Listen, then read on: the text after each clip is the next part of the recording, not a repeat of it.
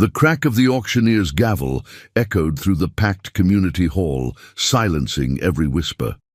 6-year-old Ethan Mitchell stood on his tiptoes, clutching a worn blue shoebox against his chest as his wide eyes tracked the flurry of bidding paddles rising around him. Inside that box jingled every coin he'd saved since his father's badge. An folded flag had arrived at their doorstep, a child's fortune that wouldn't come close to the thousands being called out for his father's loyal partner. Across the room, separated by a sea of strangers, Valor the German shepherd suddenly strained against his handler's leash, a low whine escaping as his dark eyes locked with Ethan's. What the crowd didn't know was that this wasn't just about a boy wanting his dad's dog. This was about the only living being who knew why Ethan hadn't spoken a single word in 237 days, and the shocking secret that would change everything. Before we jump back in, tell us where you're tuning in from, and if this story touches you, make sure you're subscribed, because tomorrow I've saved something extra special for you. The sharp crack of the auctioneer's gavel silenced the crowded community hall. 6-year-old Ethan Mitchell clutched his worn blue shoebox against his chest, the coins and crumpled bills inside shifting with each anxious breath. His unblinking eyes, still red-rimmed from crying through the night, followed the bidding paddles rising around him like a forest of obstacles between him and his last connection to his father. $45,000, announced the auctioneer, his voice echoing through the suddenly stifling room. Do I hear 50? Ethan's mother, Claire Mitchell, squeezed his shoulder gently, her face a careful mask hiding the devastation she felt, watching the price climb far beyond what their modest savings and community donations could match. Across the crowded auditorium, separated by rows of county officials and potential buyers, Valor the German shepherd watched with an intensity that seemed almost human. The magnificent black and tan shepherd had been Officer Michael Mitchell's K-9 partner for 5 years. Their record in Riverdale County was exemplary: 17 drug busts, 11 missing persons found, and 4 armed suspects apprehended without fatal force. But to Ethan, Valor was simply the dog who slept at the foot of his bed during thunderstorms and patiently endured superhero capes tied around his neck during backyard adventures. When Valor suddenly strained against his handler's leash, a low whine escaping his throat as he pulled toward the small boy, the movement caught everyone's attention. The handler, Officer Jensen, quickly regained control, but not before the entire room witnessed the unmistakable connection between child and animal. This wasn't just about a boy wanting his father's dog. This was about the only living connection to the officer who had fallen in the line of duty 8 months earlier. And more importantly, the only creature who had heard Ethan's voice since that terrible night when his world collapsed. Chief William Hargrove adjusted his tie uncomfortably as he watched the scene unfold. The department policy was clear: retired. K-9 officers were valuable assets to be auctioned to qualified handlers or facilities, with proceeds benefiting the fallen officers' fund. After the incident 3 years ago when a retiring handler had unofficially adopted his K-9 partner, only to have the inadequately supervised dog injure a neighbor, the liability concerns had prompted the creation of strict protocols. To Hargrove, the policy represented sound fiscal management and risk mitigation. To Claire and Ethan Mitchell, it was tearing away their last living connection to Michael. Claire watched her son's face carefully.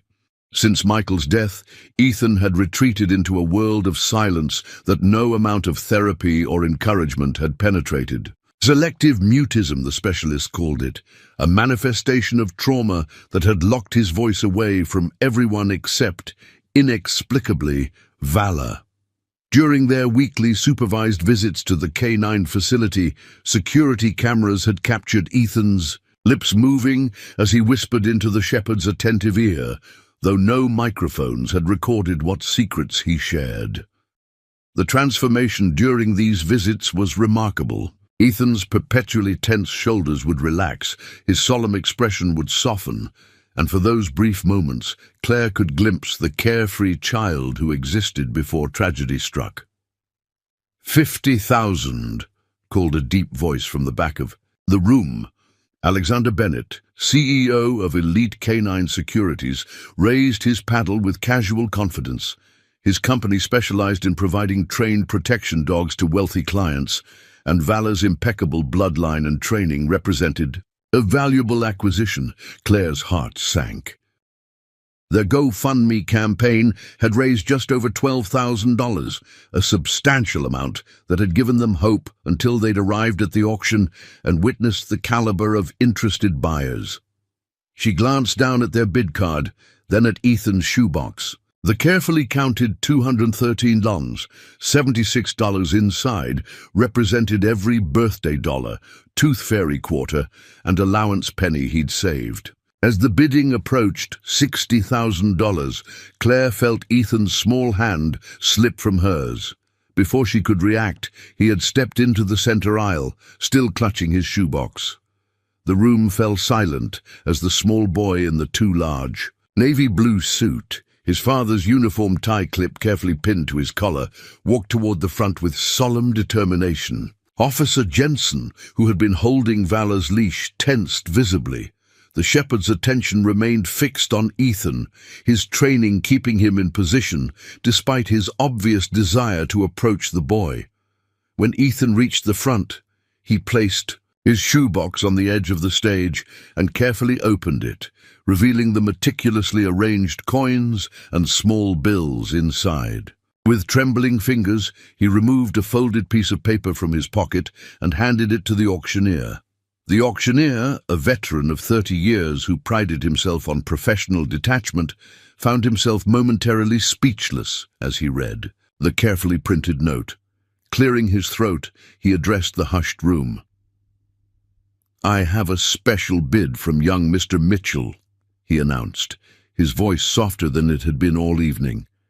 "He offers $213.76, which he says is every penny I have in the whole world.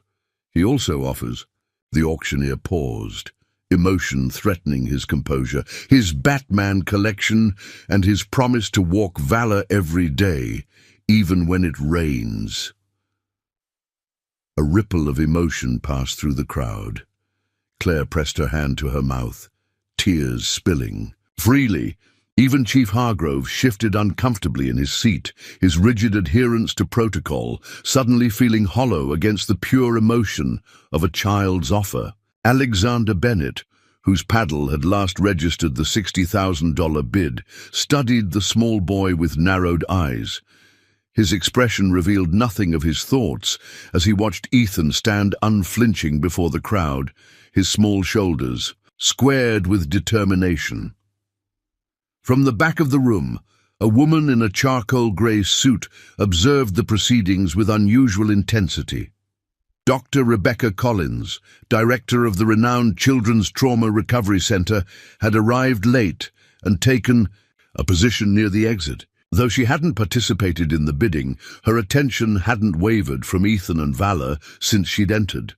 What nobody in the room knew was that Dr. Collins had a personal connection to this story that went beyond professional interest. She had been the emergency psychologist called to the scene the night Officer Mitchell was killed, the first professional to witness Ethan's retreat into silence as he clutched his father's badge in the hospital waiting room. As the auctioneer looked uncertainly between Chief Hargrove, Bennett, and the boy standing before him with his shoebox of savings, something unprecedented happened.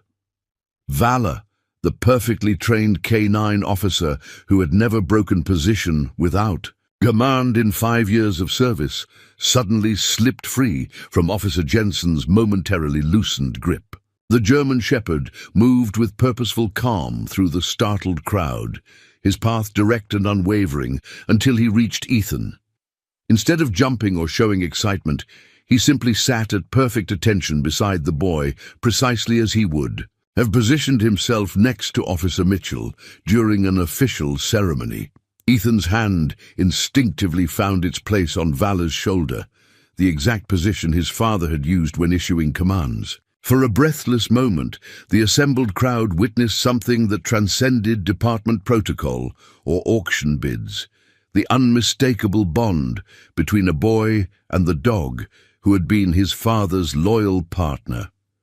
What happened next would become legend. In Riverdale County, discussed for years in coffee shops and retold at department gatherings with increasing embellishment. It began with Dr. Collins stepping forward, her professional demeanor giving way to something more personal as she addressed, not the auctioneer or Chief Hargrove, but the room as a whole. "I'd like to share something about Ethan Mitchell that might inform today's proceedings," she said, her voice carrying clearly through the silent hall. "Something that might help everyone understand why this particular connection matters beyond sentimentality or attachment." All eyes turned to her as she walked toward Ethan and Vala, stopping at a respectful distance. "With Mrs. Mitchell's permission," she continued, glancing at Claire, who gave a small, confused nod, "I believe we need to hear what Ethan has been sharing with Vala during their visits. Because it's not just comfort he's been seeking, it's justice." Officer Michael Mitchell had never intended to become a canine handler. With a background in community policing and a special talent for de-escalation, his career path seemed set toward becoming a training officer. All that changed during a routine patrol in the summer of 2017, when a domestic disturbance call escalated into a hostage situation that nearly claimed the lives of 2 children. The department's only canine unit at the time, Officer Reynolds and his Belgian Malinois, Colt, had been instrumental in resolving the crisis. Michael had watched with professional admiration as the handler and dog moved in perfect synchronization, communicating through subtle signals that seemed almost telepathic in their precision. "You have the temperament for canine work," Reynolds had told him afterward, noting how Michael had remained calm and methodical even as the situation deteriorated. "We need more handlers who understand that these dogs aren't weapons, they're partners."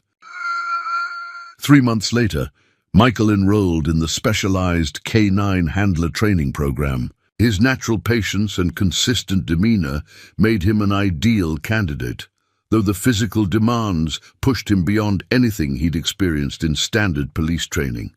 Vala came into the Mitchell family's life when Ethan was just 3 years old. The German Shepherd, bred from a prestigious bloodline of working dogs, had displayed exceptional intelligence and focus during initial assessment, but showed a troubling tendency to challenge authority. 3 handlers had already requested reassignment, finding the dog too strong-willed and independent for effective partnership. "He doesn't need a firmer hand," Michael had observed during their first meeting. "He needs someone who earns his respect rather than demanding it." This insight, that partnership required mutual trust rather than dominance, became the foundation of his approach. While other handlers emphasized obedience, Michael focused on connection. He included valor in family activities whenever appropriate, helping the shepherd understand that he was protecting not just a handler, but a family. Preparing and narrating this story took us a lot of time, so if you are enjoying it, subscribe to our channel. It means a lot to us. Now back to the story. The strategy transformed what could have been a problematic assignment into one of the department's most effective K9 teams. Vala's independent thinking, once considered a liability, became an asset when properly channeled. During search operations, he demonstrated an almost uncanny ability to make decisions when separated from Michael, choosing optimal paths through difficult terrain while maintaining his tracking objective. At home, Vala seemed to intuitively understand the boundaries between work and family life. With Ethan, he displayed endless patience, allowing the boy to use him as a pillow during movie nights and tolerating elaborate costume accessories during backyard missions. With Claire, his protective instincts manifested in subtle ways, positioning himself between her and strangers during walks or alerting to unexpected sounds at night before they became concerning enough to wake the household. "He thinks we're all his responsibility," Claire had remarked once, watching the shepherd perform a methodical perimeter check of their backyard before allowing Ethan to play outside. "Sometimes I think he sees us as his assignment rather than the other way around," Michael had agreed, though he recognized something deeper in Vala's behavior. "It's not duty," he'd explained, watching dog and boy engaged in what appeared to be a serious conversation about proper frisbee technique. "It's family. He's chosen us as much as we've chosen him." This bond had demonstrated its strength in countless small moments over the years. When Claire was hospitalized briefly for pneumonia, Vala had divided his vigilance between her hospital room, where Michael had arranged special permission for brief visits, and Ethan's emotional needs. At home, when Ethan broke his arm falling from a tree, Vala had alerted Michael with specific barking before they even heard the boy's cries from the far end of the yard. Most telling was an incident during Ethan's kindergarten year when a substitute teacher had inadvertently left him behind during a fire drill. Vala, who had been participating in a demonstration at the school that day, broke protocol to locate the confused child and guide him safely to the designated meeting area. The shepherd had received a special commendation from the school board, which now hung alongside Michael's departmental citations in the Mitchell family home. The night that transformed their lives had begun routinely enough. Michael and Vala had been called to assist in a seemingly straightforward operation, serving an arrest warrant for a suspect wanted for multiple counts of credit card fraud. The situation had been deemed low risk, requiring K9 presence only as a precautionary measure due to the location's proximity to a wooded area that might tempt the suspect to flee. What neither the intelligence briefing nor prior surveillance had revealed was the suspect's connection to a much larger criminal operation involving identity theft and money laundering. When officers approached the modest apartment, they encountered not a single fraudster, but 3 armed individuals with extensive criminal histories and outstanding warrants in multiple states. The official incident report, compiled from officer testimony and forensic evidence, documented the sequence with clinical precision. Shots fired from within the apartment as officers announced their presence. Officer Mitchell positioning himself to shield the rookie officer beside him, Vala engaging the suspect attempting to flee through a rear exit, multiple injuries sustained by Officer Mitchell while maintaining cover for his colleagues, and the final exchange that resulted in 2 suspects in custody, 1 deceased perpetrator, and the mortal wounding of Officer Michael Mitchell. What the report couldn't capture was how Vala had remained beside Michael during his final moments, refusing to leave even when commanded by other officers to secure the perimeter. How the shepherd had allowed the paramedics to work only after a senior officer placed Michael's badge in front of him with the specific command, "Guard this now." How he had maintained his vigilant position in the emergency vehicle, eyes fixed on the badge, performing his final duty to his partner with unwavering dedication. Claire had been preparing dinner when the department chaplain and Chief Hargrove arrived at their door. Ethan, watching from the hallway as his mother collapsed into a kitchen chair, had not cried or spoken. He had simply walked to his room, retrieved the small box where he kept his most treasured possessions, and carefully placed his father's spare badge inside, a ritual of safekeeping for something precious that might otherwise be lost. In the days that followed, as arrangements were made and grief counselors offered their services, Ethan's voice had disappeared entirely. No amount of gentle questioning or encouragement could draw even a whisper from him. The child psychologist, assigned to their case, had diagnosed it as selective mutism, a response to severe trauma that might resolve gradually with proper support and therapy. What puzzled the professionals was Ethan's response to Valor during their first reunion after Michael's funeral. The shepherd, reassigned to administrative duties and kennel life at the department's K9 facility, had shown signs of what handlers called partnership grief: reduced appetite, diminished engagement with training exercises, and a tendency to search empty rooms as if expecting to find his missing partner. When Claire brought Ethan for their approved visit, something remarkable happened. The moment they entered the training yard where Officer Jensen waited with Valor, the shepherd's entire demeanor transformed. His ears pricked forward, his posture straightened, and his attention locked onto Ethan with the same focused intensity he had shown during operations with Michael. Ethan, who had not voluntarily reached for anyone or anything since the night of his father's death, extended his hand in the exact manner Michael had taught him, palm down, fingers relaxed, a gesture of calm greeting rather than demand. Valor approached slowly, maintaining eye contact in a way that K9 trainers noted was highly unusual. Working dogs were typically taught to avoid sustained eye contact, as it could be perceived as challenging human authority. What happened next was documented by the facility's security cameras, though without audio. Ethan knelt beside Valor and spoke directly into his ear. The words remained unrecorded, but the shepherd's response was immediate and specific. He performed a trained indication movement that Michael had developed for confirming successful evidence location during searches. Officer Jensen, witnessing this interaction, had immediately reported it to his superiors. That was a specialized command response, he explained to Chief Hargrove. One that Officer Mitchell used exclusively during narcotics operations. The boy couldn't have known it without specific training.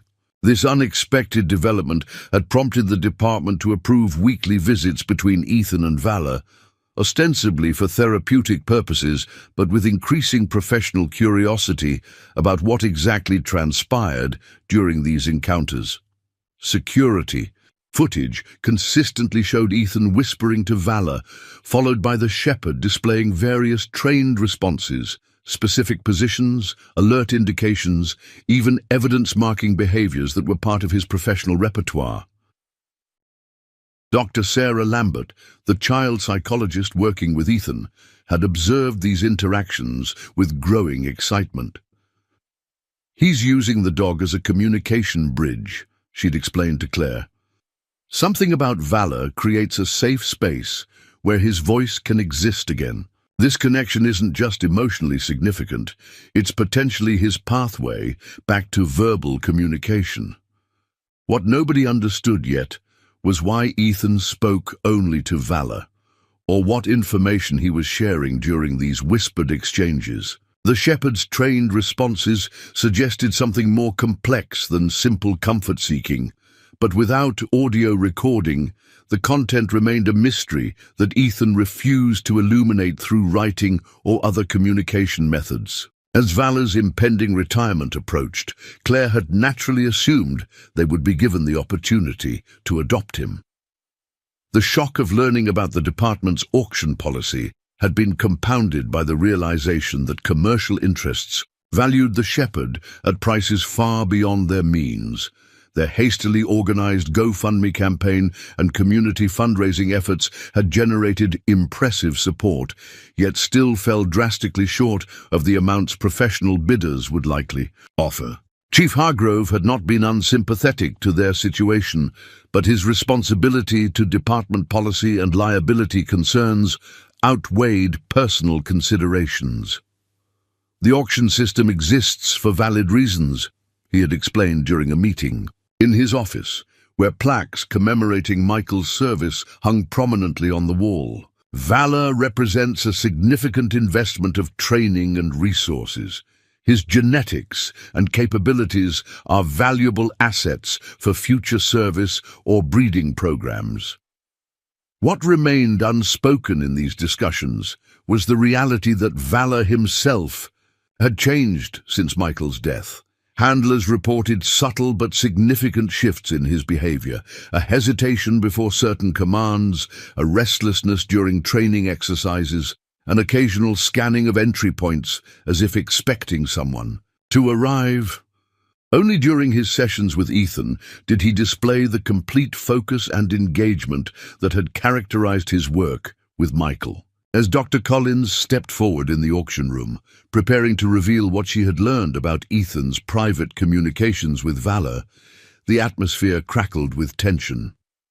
Claire moved quickly to her son's side, protective instincts flaring at this unexpected development.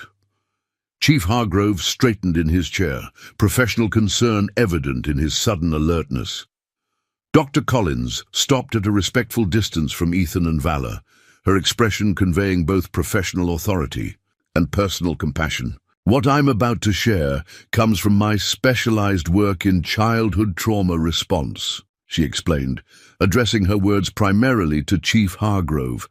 It may have significant implications for both this auction and an ongoing investigation. The mention of an investigation caused a ripple of murmurs through the crowd. Alexander Bennett's expression remained impassive, though observers noted his hand tightening almost imperceptibly on his auction paddle.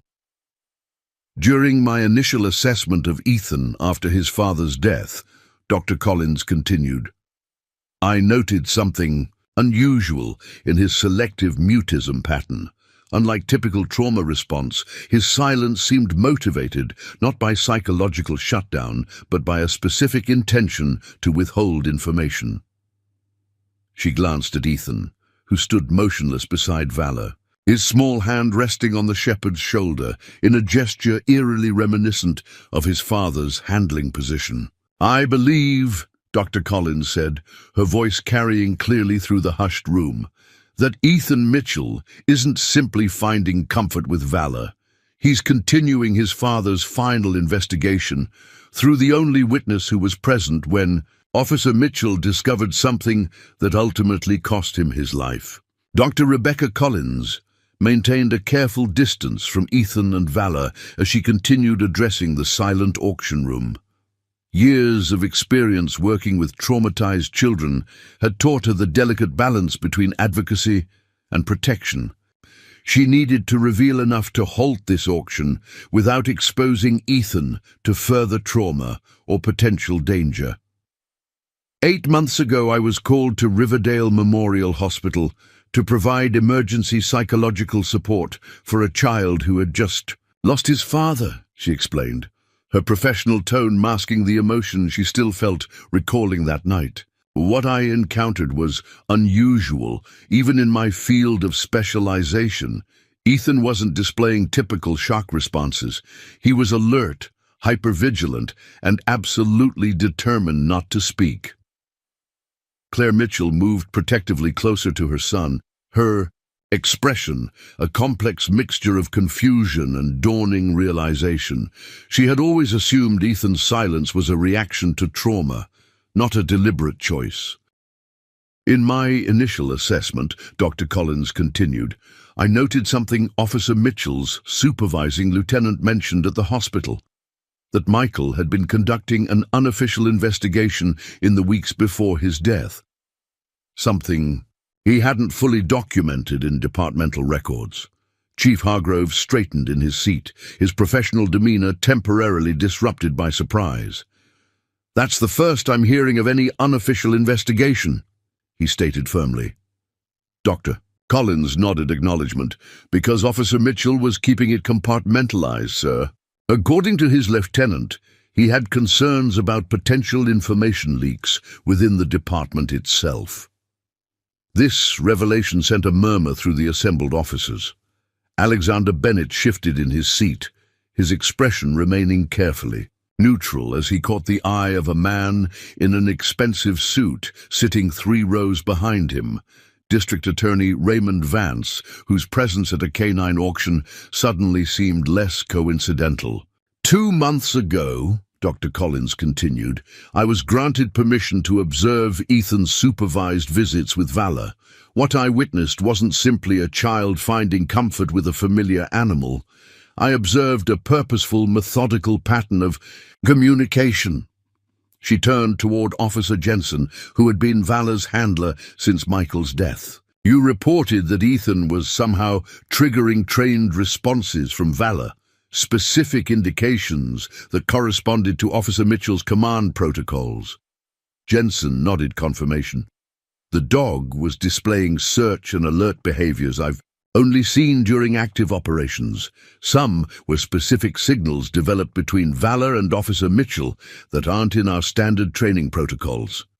Dr. Collins reached into her briefcase and removed a folder. With Mrs. Mitchell's permission, I installed specialized audio equipment during 3 of Ethan's recent visits with Valor. What we captured confirms my theory. She handed the folder to Chief Hargrove. Ethan isn't just talking to Valor. He's actively retrieving information the dog witnessed the night of his father's death. Chief Hargrove opened the folder, his expression growing increasingly serious as he scanned the transcripts inside. These commands, he said quietly, are specifically designed to access what we call episodic memory in working dogs. Dr. Collins confirmed. Officer Mitchell developed a unique communication system with Valor, one that allowed the dog to indicate specific elements of past operations for after-action review. Essentially, he trained Valor to report what he observed during complex situations. Claire gasped softly, the implications suddenly clear. Michael always said Valor was the best witness on the force. He could remember every detail of an operation, without bias or assumption. Dr. Collins nodded. And Ethan somehow knew these commands. He's been systematically debriefing Valor about the night his father died, gathering information from the only witness who was present for the entire operation. Alexander Bennett abruptly stood, adjusting his tie with a practiced casualness that didn't match the tension in his shoulders. This is fascinating psychological speculation, but hardly relevant to a departmental auction proceeding. Perhaps we could continue with the bidding and allow professionals to handle any investigation into Officer Mitchell's death, which was thoroughly documented as a tragic outcome of a high-risk arrest operation. His attempted dismissal might have worked if not for what happened next. Ethan, who had remained motionless beside Valor throughout Dr. Collins's explanation, suddenly looked directly at Bennett. The intensity in the child's gaze, so reminiscent of his father's focused attention during investigations, created an unexpected hush. With deliberate movements, Ethan reached into his pocket and removed a small object that he held toward Valor. It was his father's challenge coin, a special commemorative token given to officers who demonstrated exceptional service. Each departmental coin had a unique design, but Michael's had been further distinguished by a small notch on the edge where it had once deflected debris during a warehouse explosion. The shepherd's reaction to this object was immediate and electric. He snapped to attention, his posture shifting from protective companion to working mode in an instant. Ethan whispered something that only those closest to him could hear. Valor, show evidence. What followed stunned even experienced K9 handlers. Valor performed a sequence of trained indications, first pointing toward Bennett with his nose, then making the specific paw movement that indicated narcotics, followed by the distinct head tilt used to mark hidden weapons. Finally, the shepherd executed the suspicious person alert that K9 units were trained to use when identifying someone attempting to conceal their identity. Officer Jensen's professional composure momentarily faltered. "That's a complete threat assessment sequence," he explained to Chief Hargrove. "It's the exact protocol K9 units perform when identifying multiple risk factors in a single subject." Bennett's casual demeanor disappeared, replaced by cold calculation. "This is absurd. The dog is simply responding to random commands from a child who probably observed his father's training sessions. If we're going to allow a theatrical performance to interrupt official proceedings—" "It's not random," interrupted a new voice from the back of the room. Lieutenant Marcus Rodriguez, who had served as Michael Mitchell's direct supervisor, walked down the center aisle with purposeful strides. "Those are precisely sequenced indications that follow our evidence documentation protocol. Valor is reporting exactly what he observed." Dr. Collins nodded confirmation. "According to the transcripts I've provided to Chief Hargrove, Ethan has been methodically reconstructing the night of his father's death through Valor's observations. What he's discovered suggests that Officer Mitchell wasn't killed during a routine warrant service gone wrong. He was deliberately targeted because of what he uncovered during his unofficial investigation." Lieutenant Rodriguez moved to stand beside Chief Hargrove, speaking in a lower voice, though still audible to those nearby. "Sir, Mitchell came to me 3 weeks before his death with concerns about unusual patterns he'd noticed while reviewing narcotics seizure documentation. Evidence, amounts that changed between initial field reports and final processing. He suspected internal involvement." Claire's face drained of color as she connected these revelations to memories of her husband's behavior in his final weeks. The late nights reviewing reports at their kitchen table, the unusual security measures on his personal laptop, his insistence that she never mention his concerns to anyone, even other officers they considered friends. Chief Hargrove studied the transcripts for another long moment before looking up with newfound resolve. "This auction is temporarily suspended," he announced, his authoritative voice brooking no argument. "Officer Jensen, please secure Valor and escort him, along with the Mitchell family, to my office. Lieutenant Rodriguez, contact Internal Affairs, and request immediate attendance. No one leaves this room until I've had the opportunity to review these materials fully." District Attorney Vance rose from his seat, straightening his expensive suit jacket. "Chief Hargrove, while I appreciate your thoroughness, suspending a public auction based on a child's behavior and psychological speculation seems premature. Perhaps we could—" "With all due respect, Mr. Vance," Hargrove interrupted, "department protocols regarding potential evidence in an officer's death take precedence over administrative procedures. If there's even a possibility that Officer Mitchell's investigation and subsequent death involve aspects we haven't fully examined, I have a duty to every officer under my command to pursue it thoroughly." As murmurs spread through the crowd, Alexander Bennett made a subtle movement toward the side exit. His path was immediately blocked by 2 uniformed officers who had positioned themselves at each doorway following the chief's announcement. Ethan, watching this development with solemn attention, whispered something else to Valor. The shepherd performed another specific indication, placing his right paw precisely on the floor while turning his head toward Bennett, then back to Ethan. "Officer," Jensen observed this exchange with growing amazement. "That's the sequential suspect identifier," he explained to those nearby. "It's how K9 units mark which individual in a group was carrying contraband or weapons during multiple suspect operations." Dr. Collins made a notation in her file. "Ethan has been working through a precise methodology in his sessions with Valor over establishing timeline, location identifiers, threat assessment, and suspect identification. He's essentially conducted a complete witness debriefing through the only observer who was present throughout his father's final operation."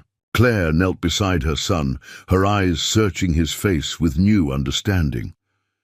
"This is why you wouldn't speak to anyone but Valor," she said softly. "You were protecting information until you had gathered everything you could." Ethan's solemn nod confirmed her realization.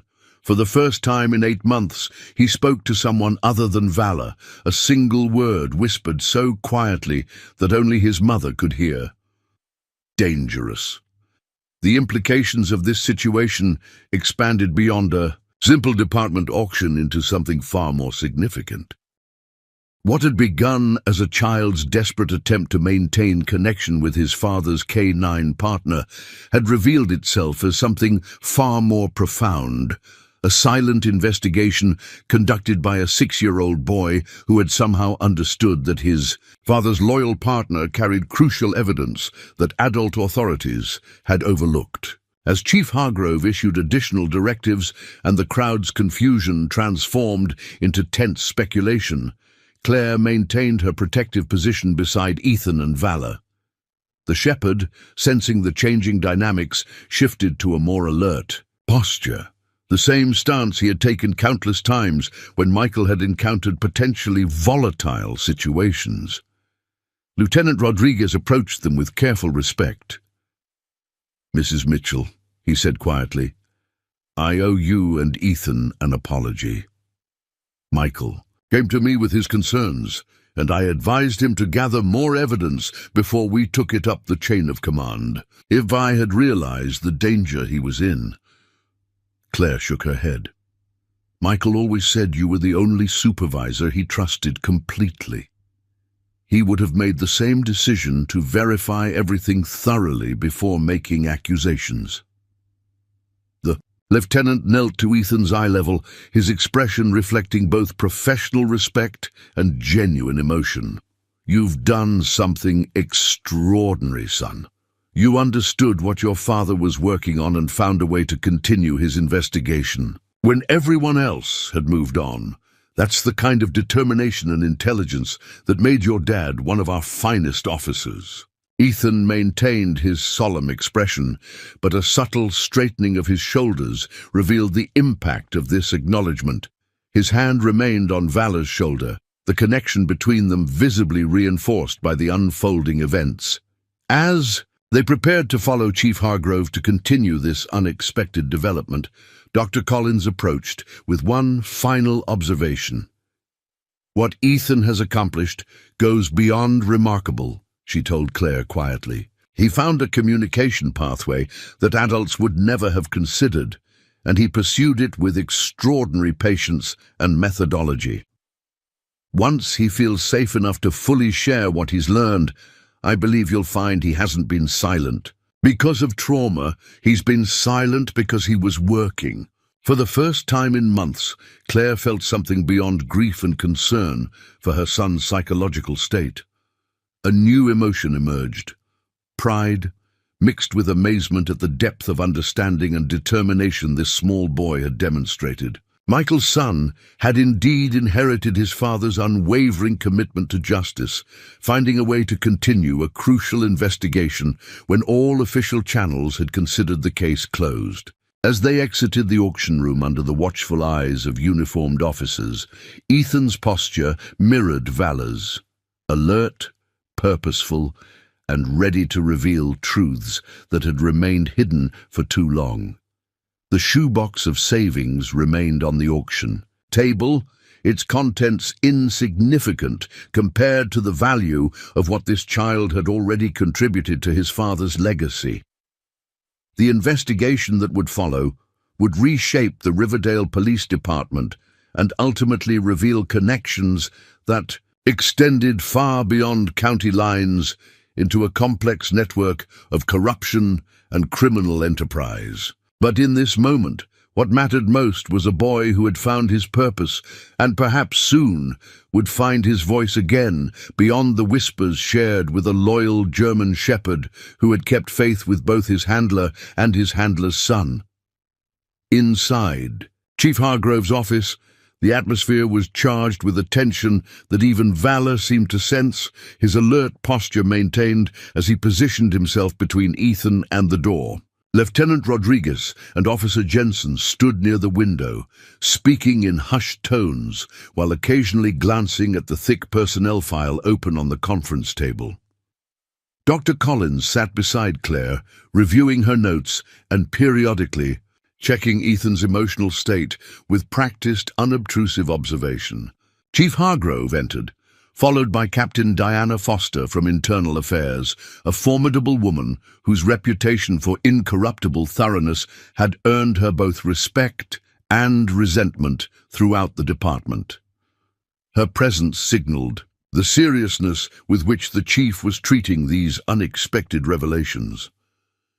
"Mrs. Mitchell," Hargrove began, his official tone softened by genuine concern, "I want to apologize for what you and Ethan have experienced today. Had I known there were unresolved questions about your husband's death, the auction would never have proceeded." Claire nodded acknowledgement, her hand protectively covering Ethan's. "We've spent months trying to accept what we were told was an unavoidable tragedy. If there's more to Michael's death than an operation gone wrong." Captain Foster stepped forward, her direct gaze assessing each person in the room with professional detachment. "Based on my preliminary review of the materials Dr. Collins provided and Lieutenant Rodriguez's statement, we have sufficient cause to reopen the investigation into Officer Mitchell's death." She turned her attention to Ethan. "Young man, your communication with Valor may contain crucial evidence. Would you be willing to help us understand exactly what you've learned?" Ethan looked up at his mother, seeking her guidance. Claire squeezed his hand reassuringly. "It's safe now, sweetheart. These are the people your dad would trust to make things right." After a moment's consideration, Ethan gave a small nod. He looked toward Dr. Collins, who had been his only ally in finding ways to communicate beyond his selective mutism. "Ethan has developed a unique method for processing difficult information," Dr. Collins explained, opening her notebook. "He may not be ready for direct verbal communication with adults yet, but I believe we can establish an effective protocol using Valor as an intermediary." What followed was an extraordinary debriefing session, unlike anything the veteran officers had ever witnessed. Using a combination of written questions, Valor's trained responses, and occasional whispered commands from Ethan, they began reconstructing the events leading to Michael Mitchell's death through the unique perspective of his K-9 partner. The picture that emerged was disturbing in its implications. In the weeks before his death, Officer Mitchell had noticed irregularities in evidence, processing from several major drug operations. Specifically, the quantities documented during initial seizures didn't match what was eventually logged into evidence. The discrepancies were subtle, small enough to be dismissed as measurement error or paperwork mistakes, but formed a pattern when viewed collectively. Michael first noticed it during quarterly report reviews, Lieutenant Rodriguez explained, referring to notes he'd taken during private conversations with Mitchell.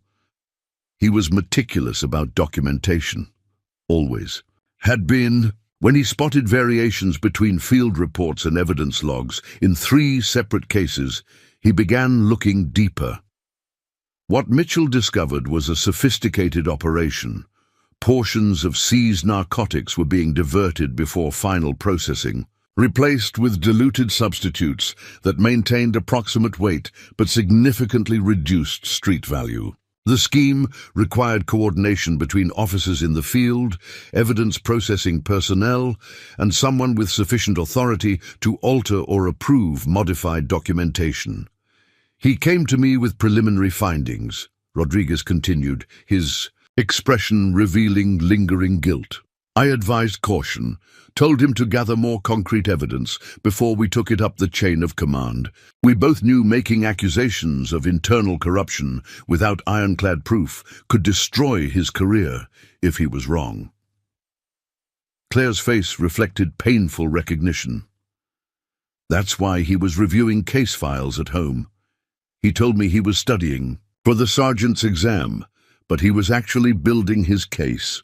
Chief Hargrove's professional composure momentarily faltered. "He should have come directly to me." "With respect, sir," Rodriguez replied carefully, "he wasn't certain how far the corruption extended. He needed to establish the complete network before approaching anyone with authority to potentially bury the investigation."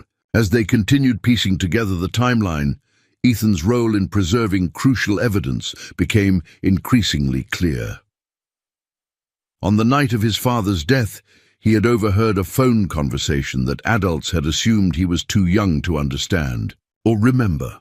Michael had called home shortly before the operation, speaking in the casual code he sometimes used when discussing sensitive matters where Ethan might overhear. "Tell the captain my fishing trip found some interesting catches," he had told Claire. "The biggest ones were in unexpected waters. I've got photos to show him when I get back." What seemed like innocent metaphors to protect a child from work, discussions actually contained vital information. The captain wasn't his supervisor, but Captain Foster from Internal Affairs. The fishing trip referenced his unofficial investigation, while photos meant documented evidence. Most crucially, unexpected waters indicated that his investigation had uncovered involvement from someone unanticipated, someone whose participation changed the entire complexion of the case. The warrant service operation that claimed Mitchell's life had been hastily organized, with last-minute changes to both personnel and tactical approach. What was initially planned as a surveillance operation had suddenly transformed into an immediate arrest, with Mitchell and Valor specifically requested due to the potential for a suspect to flee through nearby wooded terrain. The operation was a setup, Captain Foster concluded, her experienced eye recognizing the tactical irregularities immediately. Someone knew Mitchell was building a case and created a situation to eliminate the threat he posed. Through careful questioning and Valor's trained responses, they established a critical revelation. Alexander Bennett had been present at the scene, though his name appeared nowhere in the official operation reports. As CEO of Elite Canine Securities, he had no legitimate reason to observe a police operation, unless his interests extended beyond professional dog training into the very criminal enterprises Mitchell had been investigating. Valor indicated Bennett's scent was present at the location before the operation began, Officer Jensen translated, interpreting the shepherd's specific alert pattern. He wasn't just there, he was inside the building when officers arrived. District Attorney Vance's unexpected presence at the auction suddenly gained new significance. His connection to Bennett, initially appearing coincidental, now suggested potential involvement in the broader conspiracy Mitchell had begun uncovering. As these revelations accumulated, Dr. Collins maintained careful observation of Ethan.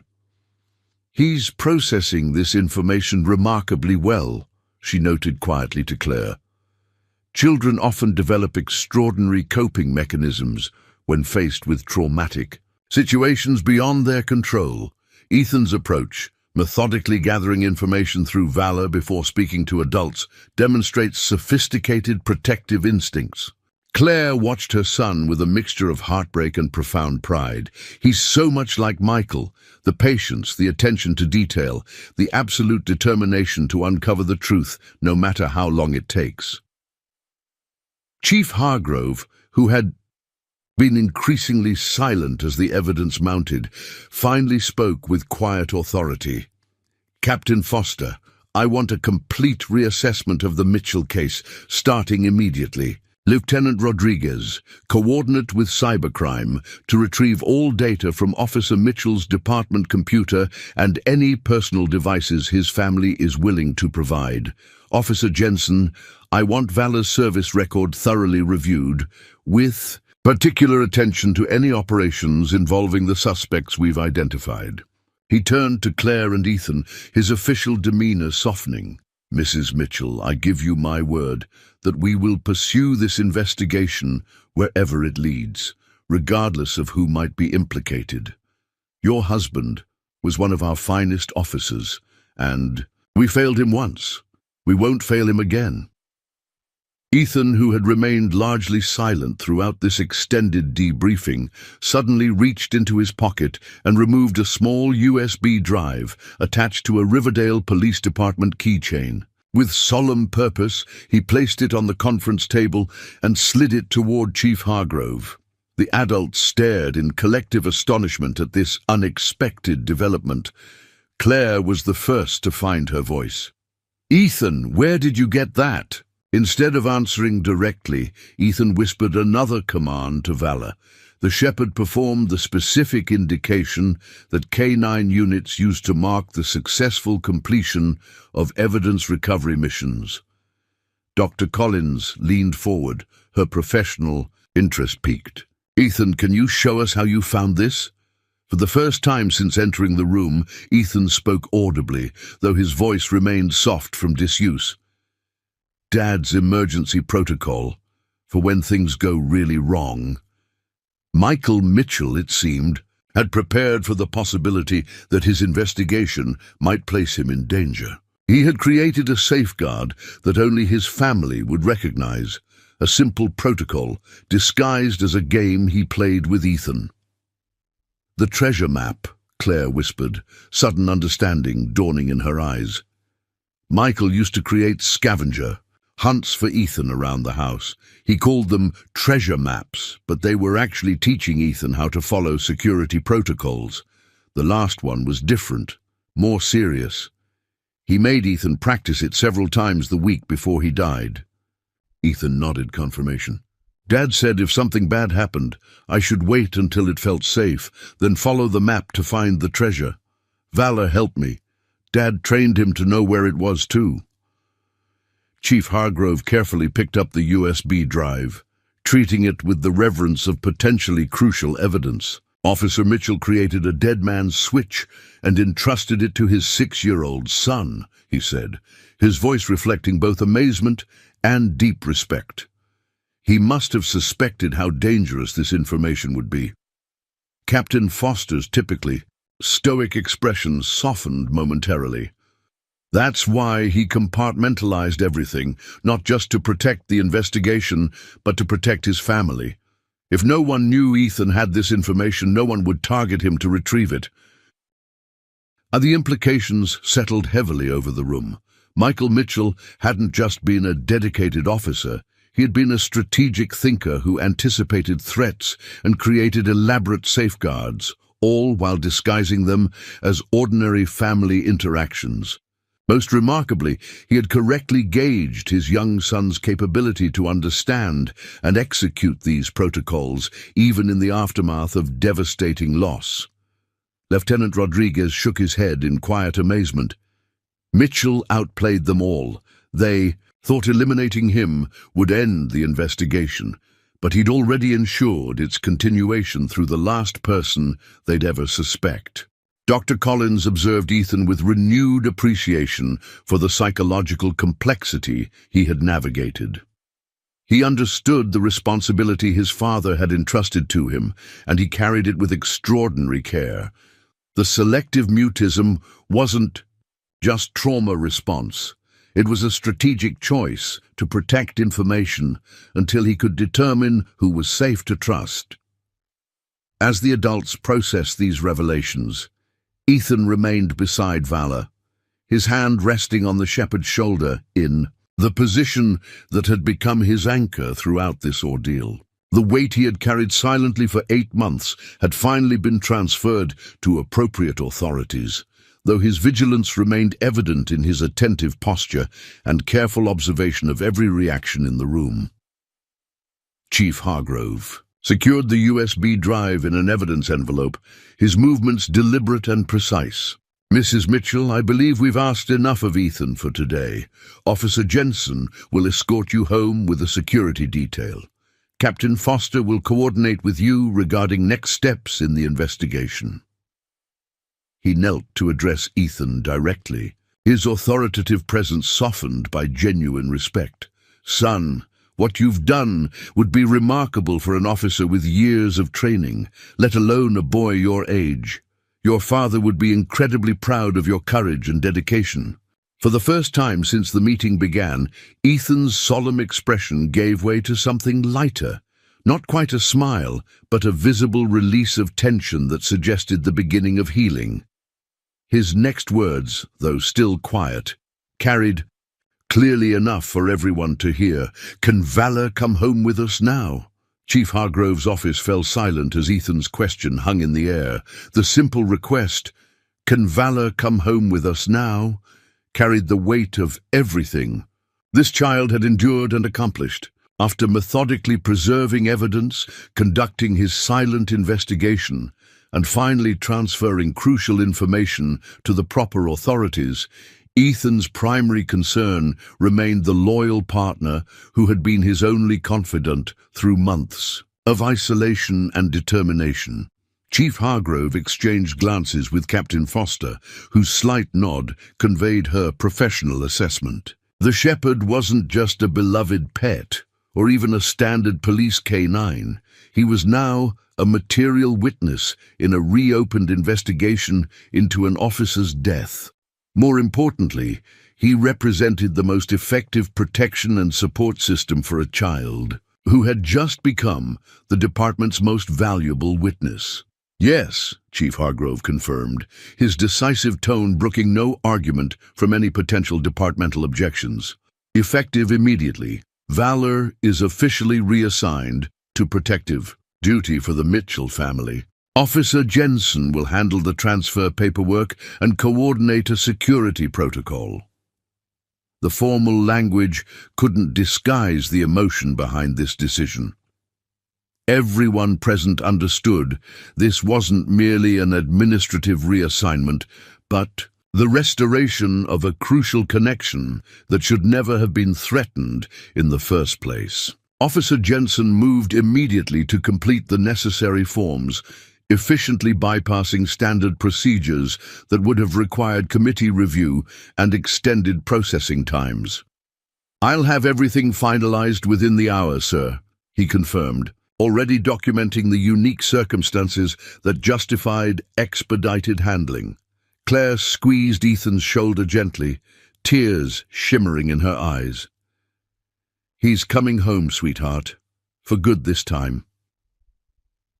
The subtle shift in Ethan's posture, a releasing of tension he'd carried for months, spoke volumes about what this moment meant to him. Valor, sensing the change in atmosphere, pressed closer to the boy's side, his training as a protection dog seamlessly transitioning from departmental duty to this new assignment.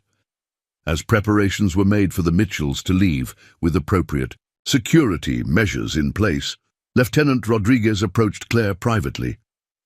"There's something else you should know," he said, his voice pitched low enough that Ethan wouldn't overhear. "The investigation Michael was building went beyond departmental corruption. Based on what we've already uncovered from your son's information, this extends into multiple jurisdictions and potentially involves federal-level crimes." Claire absorbed this with the steady composure that had sustained her through months of grief and uncertainty. "How dangerous is this going to get for Ethan?" "We're taking every precaution," Rodriguez assured her, though his expression conveyed the seriousness of the situation. "Until we've identified everyone involved in this network, we have to assume Michael's killers will go to considerable lengths to prevent the full truth from emerging."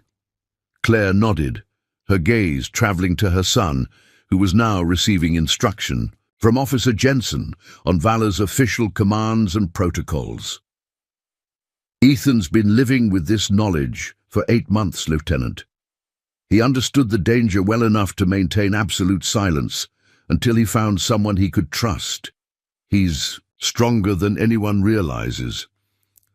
This assessment proved profoundly accurate as events unfolded over the following weeks. The contents of the USB drive Ethan had preserved revealed the full scope of Michael Mitchell's investigation, a meticulously documented case file that identified a sophisticated criminal enterprise operating within and around the Riverdale Police Department.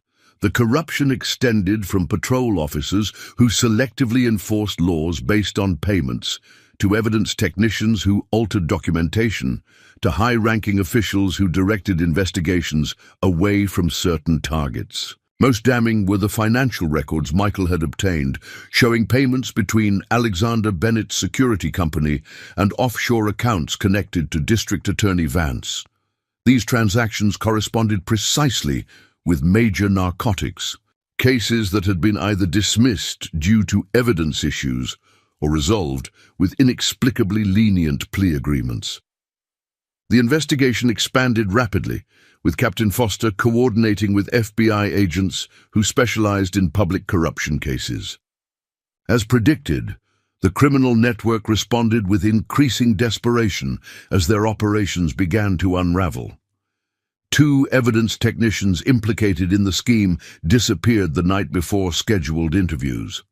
A patrol sergeant connected to multiple compromised drug busts died in what initially appeared to be a suicide, though forensic evidence later suggested otherwise. Through these escalating events, the Mitchell home remained under 24-hour protection, with rotating security details and enhanced surveillance systems.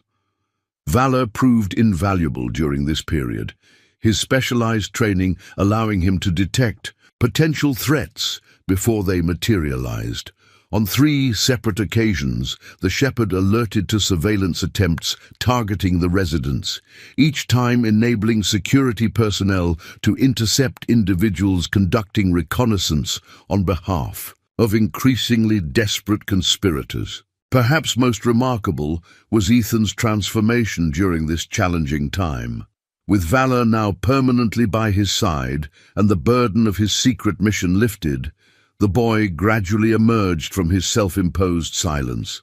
Dr. Collins continued, working with him, using specialized techniques to help him process both his grief and the extraordinary responsibility he had shouldered. What Ethan accomplished represents an exceptional case of post-traumatic growth, she explained to Claire. During one of their regular consultations, instead of being defined by his trauma, he channeled it into purposeful action. His father's investigation became his mission, giving him structure and meaning during a period when most children would be completely overwhelmed. This assessment became increasingly evident as Ethan began speaking more freely, first with his mother and Dr. Collins, then gradually with the investigators working on his father's case. His recall of details proved remarkable.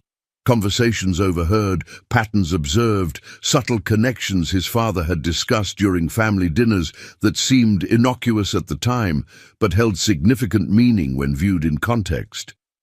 6 weeks after the auction, Ethan faced his greatest challenge yet, providing formal testimony for the federal investigation. Despite concerns about placing such pressure on a child who had already endured so much, he insisted on contributing directly to the case his father had begun building. Dad always said that telling the truth is how we make things right, he told Dr. Collins during their preparation session. I need to tell his truth now. The federal prosecutors, recognizing both the value and sensitivity of Ethan's testimony, arranged for him to provide his statement in a specially designed, child-friendly interview room. Valor was permitted to remain present throughout the process, his calming presence helping Ethan maintain focus during difficult moments. What emerged from this testimony astonished even veteran investigators. Ethan described conversations between his father and Lieutenant Rodriguez that he had overheard while pretending to play nearby. He recounted subtle patterns in his father's behavior that indicated when Michael was tracking new developments in his unofficial investigation. Most significantly, he described in detail the security protocols his father had established in their home. Concealed recording devices, encrypted communication methods, and carefully designed emergency procedures that had ultimately enabled Ethan to preserve crucial evidence. Officer Mitchell essentially created a secondary investigation unit within his own home, the lead federal prosecutor noted with evident admiration. He trained his son in counter-surveillance and evidence preservation techniques disguised as games and family routines. It's one of the most sophisticated contingency operations I've ever encountered, as the case against Bennett Vance and their network of corrupted officials built toward inevitable indictments, Claire noticed a fundamental shift in her son's demeanor. The hypervigilance that had characterized his behavior since Michael's death gradually softened into something more appropriate, a healthy awareness rather than constant alarm.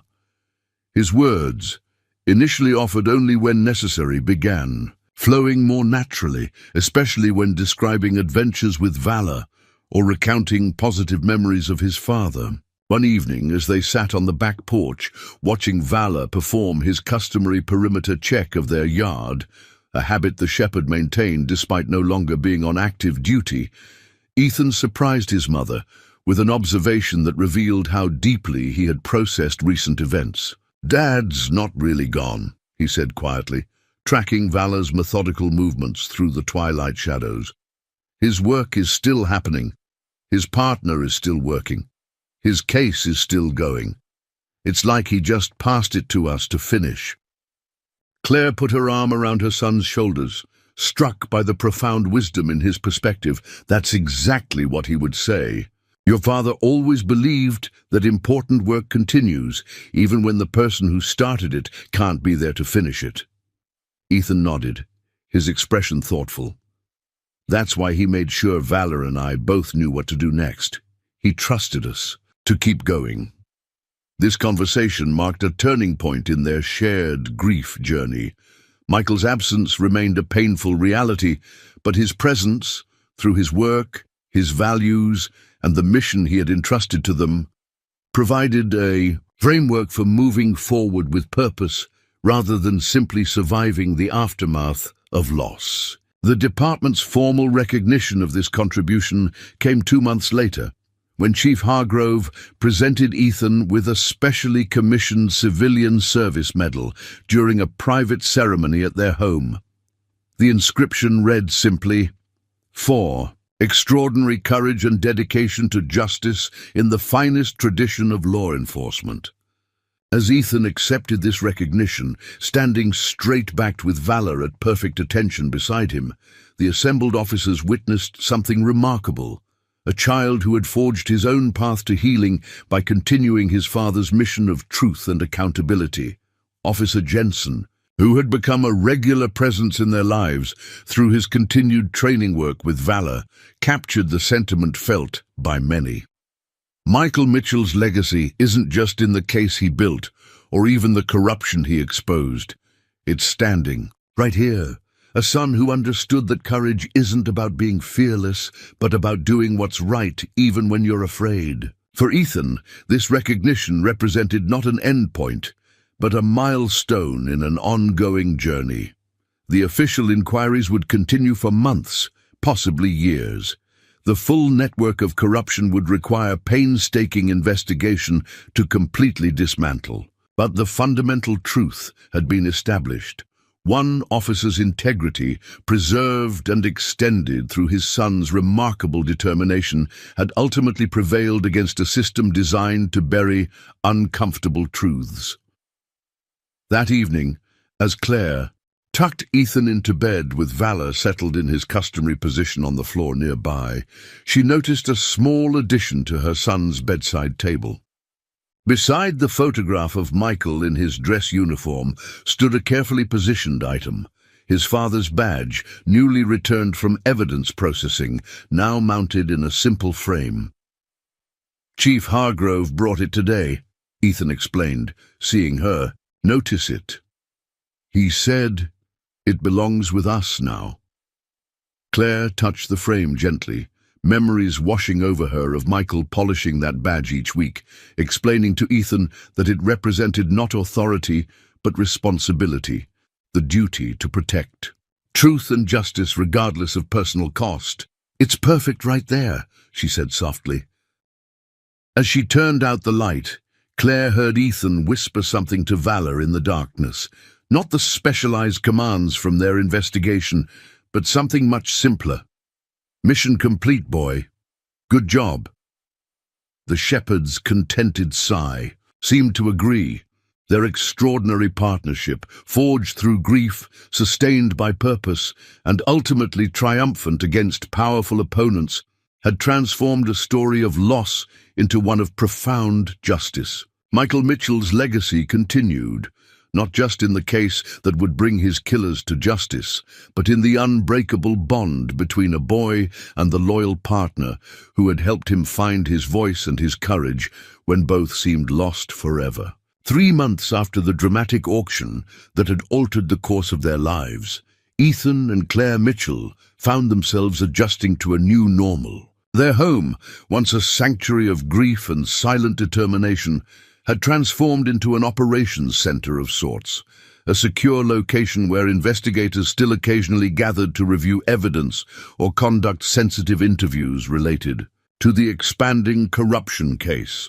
The initial arrests had sent shockwaves through Riverdale County. District Attorney Raymond Vance's early morning apprehension at his lakeside estate made national headlines, with footage of the distinguished prosecutor being escorted to a federal vehicle in handcuffs playing on repeat across news networks. Alexander Bennett had proven more elusive, disappearing hours before his arrest warrant was issued, though intelligence suggested he had fled to a non-extradition country using previously established contingency plans. More disturbing to the community were the arrests within the police department itself. 3 patrol officers, 2 evidence technicians, and most shockingly, Deputy Chief Lawrence Sullivan, whose position had allowed him to redirect investigations and reassign personnel to protect the criminal enterprise. These revelations had shattered public confidence in local law enforcement, creating an institutional crisis that Chief Hargrove now faced with grim determination. The only way forward is through complete transparency, he explained during a community forum organized to address public concerns. Every compromised case will be reviewed. Every tainted conviction will be reconsidered. We cannot restore trust without first acknowledging how profoundly it was betrayed. For Ethan, these broader implications remained somewhat abstract compared to the immediate reality of his daily life. Valor had seamlessly integrated into their household routines, his professional training now dedicated to providing security and support for the Mitchell family. The shepherd maintained his disciplined approach to protection while adapting to a home environment, conducting methodical perimeter checks each morning and evening, monitoring visitors with quiet attention, and maintaining his position beside Ethan during all public appearances. Dr. Collins continued her regular sessions with Ethan, though their focus had shifted from trauma recovery to integration of his experiences into a cohesive narrative that would support healthy development. "What you're accomplishing is extraordinary," she told him during one particularly productive session. "You're transforming a painful experience into something meaningful, not just for yourself, but for an entire community." This perspective gained unexpected validation when Special Agent Catherine Mercer of the FBI's Public Corruption Division requested a meeting with Claire and Ethan at their home. Accompanied by Lieutenant Rodriguez, she arrived with a formal demeanor that softened noticeably when Ethan greeted her with Valor at his side. "I wanted to speak with you personally," Agent Mercer explained as they settled in the living room. "What began as a local corruption investigation has expanded significantly beyond Riverdale County. The network your husband uncovered, and that Ethan helped expose, connects to operations in 3 states. She opened a secure tablet displaying a complex organizational chart with dozens of names and connections. Alexander Bennett wasn't just corrupting local officials. He was establishing a systematic pipeline for diverting seized narcotics back into distribution channels while using his security company as both cover and infrastructure. Claire studied the diagram with growing realization. Michael suspected something larger, but I don't think even he understood the full scope. Few individual officers would, Agent Mercer confirmed. That's what makes these operations so effective. Compartmentalization ensures that even those directly involved only see their small piece of the puzzle. She turned her attention to Ethan, adjusting her professional tone to address him with appropriate respect rather than condescension. The evidence you preserved has become the cornerstone of our expanded investigation. Without your father's documentation and your work with valor, we might never have connected these disparate elements into a comprehensive case.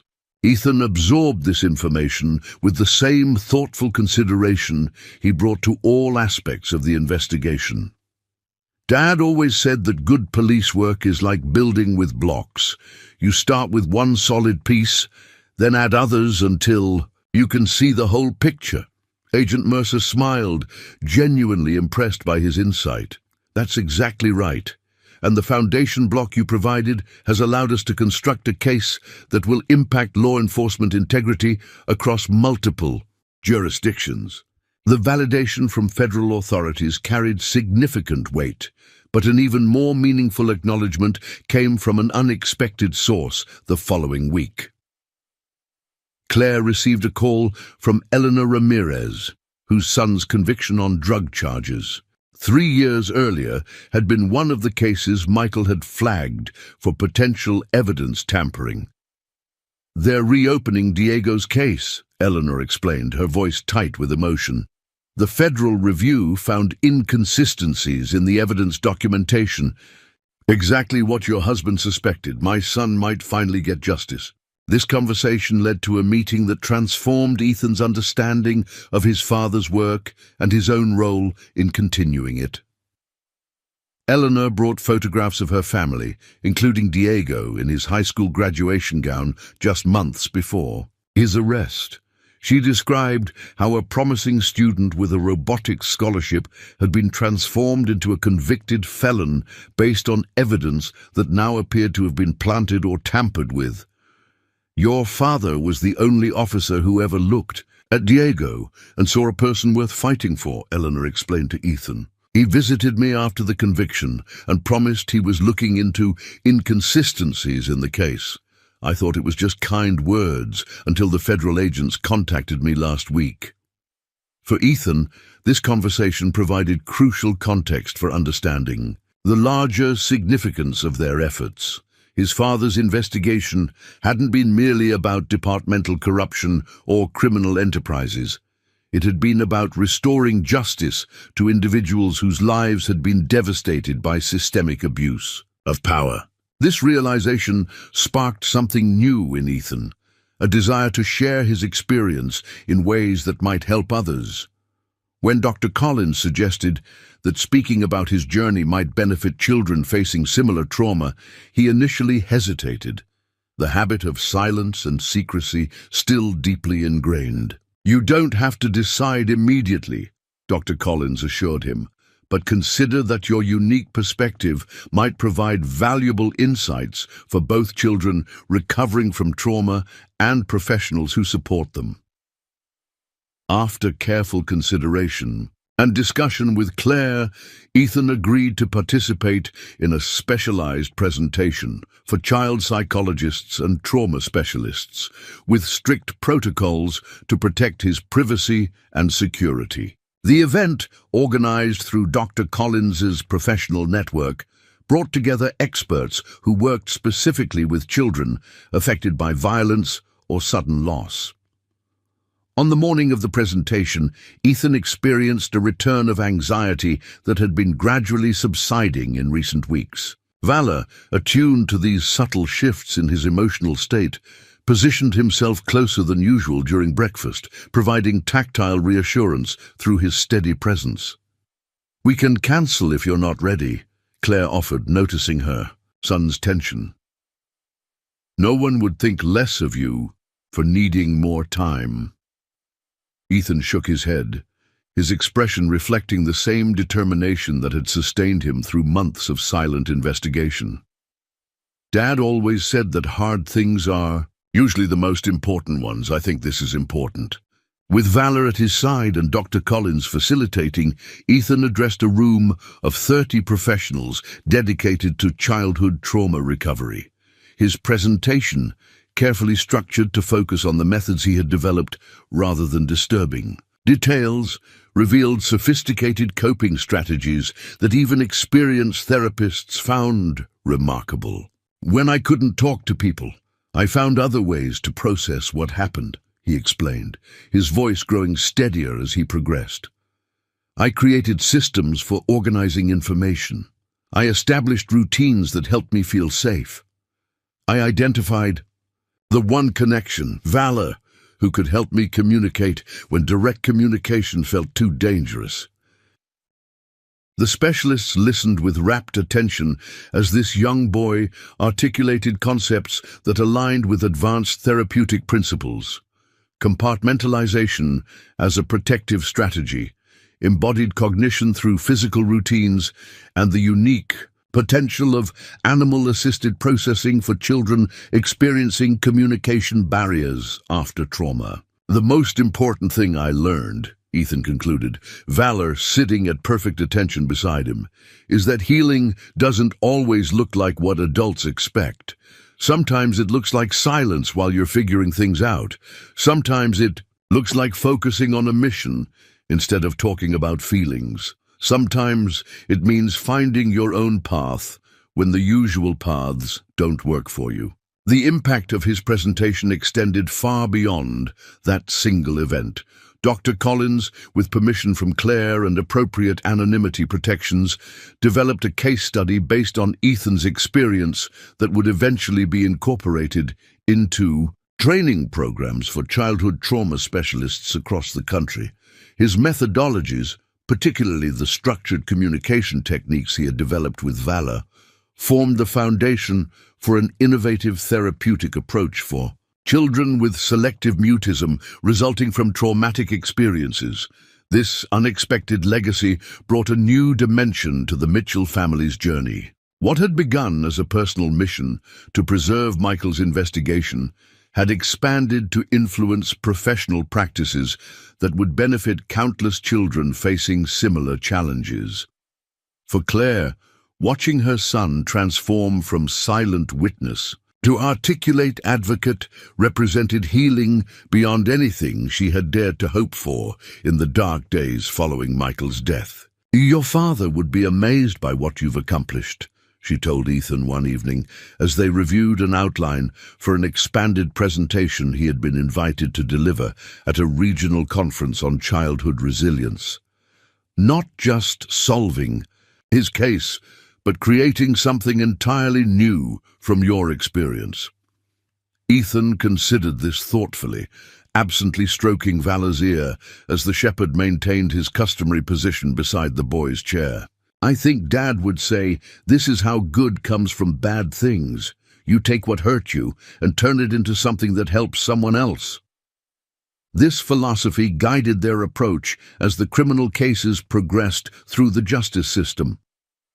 When asked if Ethan would provide testimony at the trials of those implicated in Michael's death, Claire insisted on protocols that would protect her son while still ensuring justice was served. Federal prosecutors, recognizing both the value of his evidence and the importance of his continued recovery, arranged for his previous recorded statements to be used whenever possible, limiting his direct court appearances to absolute necessities. During one such required appearance, Ethan faced his greatest challenge yet, providing testimony in the presence of former Deputy Chief Sullivan, whose authorization of the compromised operation had directly contributed to Michael's death. With Valor positioned protectively beside him and specialized support from Dr. Collins, Ethan delivered clear, factual testimony that withstood aggressive cross-examination from defense attorneys. Judge Evelyn Montgomery, presiding over the case, took the unusual step of addressing Ethan directly after his testimony concluded. "Young man, in 30 years on the bench, I have rarely witnessed such composure and clarity from a witness of any age. Your father's commitment to justice clearly lives on through you." This judicial acknowledgement, offered with formal gravity, in open court, provided official validation of what Ethan had accomplished. More importantly, it represented public recognition that his methods, developed through necessity and sustained through extraordinary determination, had ultimately served the cause of justice as effectively as any conventional approach. As summer transitioned to autumn, bringing the one-year anniversary of Michael's death, the Mitchell family faced this milestone with a perspective transformed by their journey. Rather than focusing exclusively on their loss, they chose to commemorate Michael's legacy through action, establishing a foundation to support children of fallen officers with specialized resources for trauma recovery. The Michael Mitchell Memorial Foundation launched with a community event that brought together law enforcement families, therapeutic specialists, and representatives from organizations dedicated to criminal justice reform. At Claire's insistence, the Foundation's mission encompassed not only supporting police families, but also addressing systemic issues that Michael had identified during his final investigation. "My husband believed in justice that worked for everyone," she explained during the Foundation's inaugural presentation. He recognized that true public safety requires both dedicated officers and systems that hold power accountable. Our foundation will honor his memory by supporting both. For Ethan, standing beside his mother during this announcement with valor, at attention nearby, the foundation represented the next evolution of their journey, from personal healing through justice to creating structures that would extend that healing to others facing similar challenges. As the audience applauded their vision, he felt something shift within himself, a sense of purpose that extended beyond resolving his father's case. The path forward remained challenging, with court proceedings continuing and public interest in their story creating ongoing demands for their time and energy. Yet these challenges now existed within a framework of meaning that transformed them, from burdens into opportunities. That evening, as Ethan prepared for bed with valor, settled in his customary position nearby, he noticed something his mother had placed on his nightstand: a newly framed photograph of his father in casual clothes, rather than his uniform, laughing during a family hiking trip the summer before his death. "I thought you might like having this version of him close by too," Claire explained softly. "Not just Officer Mitchell, but Dad, the one who loved adventures and bad jokes and teaching you things just for the fun of discovery." Ethan studied the photograph, appreciating this reminder of the full person behind the badge, the father whose legacy encompassed not just professional courage, but also the everyday joy and wonder he had instilled in his son. "Thanks, Mom," he said, placing it carefully beside the mounted badge. Together, these two images captured the wholeness of the man they had lost and the completeness of the legacy that continued. As Claire kissed him goodnight and left the room, Ethan whispered to Valor in the darkness, not a command or investigative prompt, but a simple reflection. "We did good, boy, and we're not finished yet." The shepherd's soft woof of agreement sealed this commitment to continue moving forward, honoring the past without being confined by it, transforming painful experience into meaningful action, and finding strength in the connections that sustained them through their darkest hours. 1 year and 3 months after Michael Mitchell's death, the federal prosecution of the corruption network had progressed substantially. 8 defendants had already entered guilty pleas in exchange for cooperation, providing crucial testimony that strengthened the cases against higher-level conspirators. Former Deputy Chief Sullivan awaited sentencing after being convicted on multiple counts of evidence tampering, conspiracy, and accessory to murder.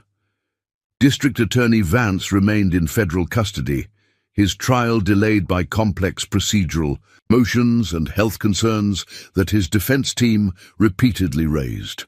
Alexander Bennett, however, continued to evade justice. International intelligence suggested he had initially fled to Venezuela, then moved through a series of locations with minimal extradition agreements with the United States. His substantial financial resources and established connections in the private security world made him particularly difficult to track. For federal authorities, apprehending Bennett represented the final significant piece in dismantling the criminal enterprise that had cost Michael Mitchell his life. For the Mitchell family, Bennett's continued freedom remained a painful reminder that justice remained incomplete. Though they had established a new rhythm to their lives, Ethan attending school regularly with specialized support, Claire dividing her time between managing the foundation and consulting on police family support programs, Valor maintaining his protective duties while adapting beautifully to family life, the absence of final resolution lingered in quiet moments. On a crisp October morning, as Claire prepared breakfast and Ethan reviewed homework at the kitchen table with Valor, settled at his feet, an unexpected visitor arrived at their front door. The security system announced the presence, cameras displaying a woman in her mid-60s with silver-streaked dark hair and an elegant but practical appearance. She stood calmly at the door, seemingly unfazed by the obvious security measures surrounding the Mitchell home. "My name is Diana Bennett," she announced when Claire answered through the intercom. "Alexander Bennett's mother. I believe we have matters of mutual interest to discuss."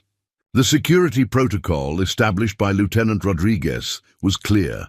Any unexpected visitor, particularly one connected to the ongoing investigation, should trigger immediate notification to the protective detail. Claire followed procedure, sending the alert while responding carefully through the intercom. "Mrs. Bennett, I appreciate you identifying yourself, but I'm sure you understand why an unscheduled visit raises concerns." The older woman nodded, her composure unruffled. "I anticipated your caution, Mrs. Mitchell. I've provided identification to your security team. I'm willing to wait while they verify my identity and intentions." Within minutes, 2 officers from the protective detail arrived, followed shortly by Lieutenant Rodriguez himself. After a thorough verification process and security screening, Diana Bennett was escorted into the Mitchell home, where she sat with perfect posture in their living room, declining refreshments with polite efficiency. "I won't waste your time with social niceties, Mrs. Mitchell," she began, her educated voice carrying the slight remnants of a Boston accent. "I've come because I believe my son's actions have created an unforgivable debt to your family, one that I personally intend to address." Claire studied the woman carefully, noting the dignity with which she carried herself, despite what must have been devastating revelations about her son's criminal activities. "You understand that anything you share may become part of the ongoing investigation." "I'm counting on it," Diana replied with unexpected directness. "That's precisely why I'm here." What followed was an extraordinary conversation. Diana Bennett revealed herself to be a retired federal judge whose distinguished career had focused on organized crime cases in the Northeast. Her son Alexander had deliberately maintained public distance from her professional identity, building his security company in a different region, partly to avoid associations with his mother's high-profile position in the justice system. "The irony isn't lost on me," Diana acknowledged, her composed expression revealing just a hint of the personal pain beneath. "I spent 40 years pursuing justice against criminal enterprises, while my son was building one of his own." She placed a slim leather portfolio on the coffee table. 3 weeks ago, Alexander attempted to contact me through intermediaries, seeking financial assistance for his continued evasion of authorities. It was the first communication since his disappearance. Instead of responding directly, I initiated my own investigation, using connections and resources from my judicial career. Opening the portfolio, she revealed meticulously organized documentation, financial records, property transactions, and communication traces that collectively created a comprehensive map of Alexander Bennett's movements, resources, and current location. My son inherited my attention to detail, but not my moral compass, she observed with clinical detachment. He's currently in Montenegro, operating under the identity of Adrian Blackwood, conducting business through a shell corporation registered in Cyprus. He's established a routine that makes him vulnerable to apprehension at specific times and locations. Lieutenant Rodriguez reviewed the materials with increasing amazement at their thoroughness and professional quality. Mrs. Bennett, this intelligence exceeds what our federal partners have compiled over months of investigation. Diana nodded without surprise. I have specialized knowledge of both my son's habits and the evasion strategies employed by defendants I encountered during my judicial career. More importantly, I have contacts who owe me favors and operate outside traditional law enforcement. E-channels. She turned to address Claire directly. Mrs. Mitchell, I cannot restore what my son took from your family, but I can ensure he faces justice for his actions. This information should enable federal authorities to locate and apprehend him within the next 2 weeks, provided they act with appropriate discretion. The clinical detachment in her voice faltered slightly as she continued. I raised Alexander to respect justice and integrity above all else. Whatever influenced his deviation from these values doesn't excuse his actions.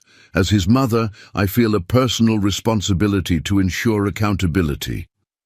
This extraordinary intervention created a momentary silence in the room as the adults processed both the practical implications for the case and the profound personal sacrifice this distinguished former judge was making. To actively facilitate the capture and prosecution of one's own child represented a commitment to justice that transcended conventional expectations. Throughout this exchange, Ethan had remained in the kitchen with Valor, ostensibly finishing his homework, but undoubtedly listening to the conversation in the adjacent room. Diana Bennett seemed aware of his presence without directly acknowledging it, maintaining a careful formality that respected the family's protective boundaries around the child. When Lieutenant Rodriguez stepped outside to make secure calls to federal authorities, Claire found herself alone with this unexpected ally whose moral clarity had transcended maternal instinct. "May I ask you something personal, Mrs. Bennett?" Claire ventured. "Diana, please," the older woman corrected gently. "And yes, you may. How did you find the strength to make this choice, to place justice above your relationship with your son?" Diana considered the question with the thoughtful precision that had likely characterized her judicial deliberations. "I've spent my life believing that integrity means making the right choice, even when, especially when, it costs you personally. Alexander's actions violated everything I value and everything I thought I had instilled in him. By holding him accountable, I'm honoring the principles that define me, not just professionally, but as a human being." She glanced toward the kitchen, where Ethan sat. "Your son has demonstrated extraordinary courage in pursuing truth despite personal cost. I would be ashamed to demonstrate less courage in the face of my own moral challenge."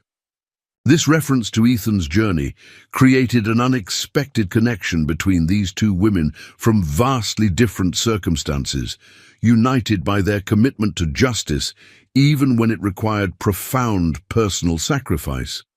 When Ethan eventually entered the living room with Valor at his side, Diana acknowledged him with the same respectful directness she had shown Claire. "You must be Ethan. Your work preserving your father's investigation has been described to me as nothing short of remarkable." Ethan studied her with the careful assessment he brought to all new encounters, Valor mirroring his attention from a protective position. "You're helping catch the man who hurt my dad, even though he's your son." Diana nodded, neither flinching from this direct observation nor attempting to soften its implications. Justice sometimes requires difficult choices. Your father understood that. You've demonstrated that you understand it too. It's hard, Ethan acknowledged, his straightforward response reflecting both compassion and wisdom beyond his years. Yes, Diana agreed simply. It is the hardest thing I've ever done, but not doing it would be harder still in ways that matter more. This exchange, brief but profound, seemed to satisfy Ethan's assessment. With a small nod that somehow conveyed both acceptance and respect, he returned to the kitchen. Valor maintaining protective proximity, Diana watched him go with quiet admiration. You've raised an extraordinary child, Mrs. Mitchell. His moral clarity reminds me of some of the finest judges I've worked with. Claire, please, she corrected, echoing Diana's earlier preference for first names. And Ethan's strength comes partly from his father and partly from the challenges he's navigated. Difficult circumstances reveal character as much as they build it.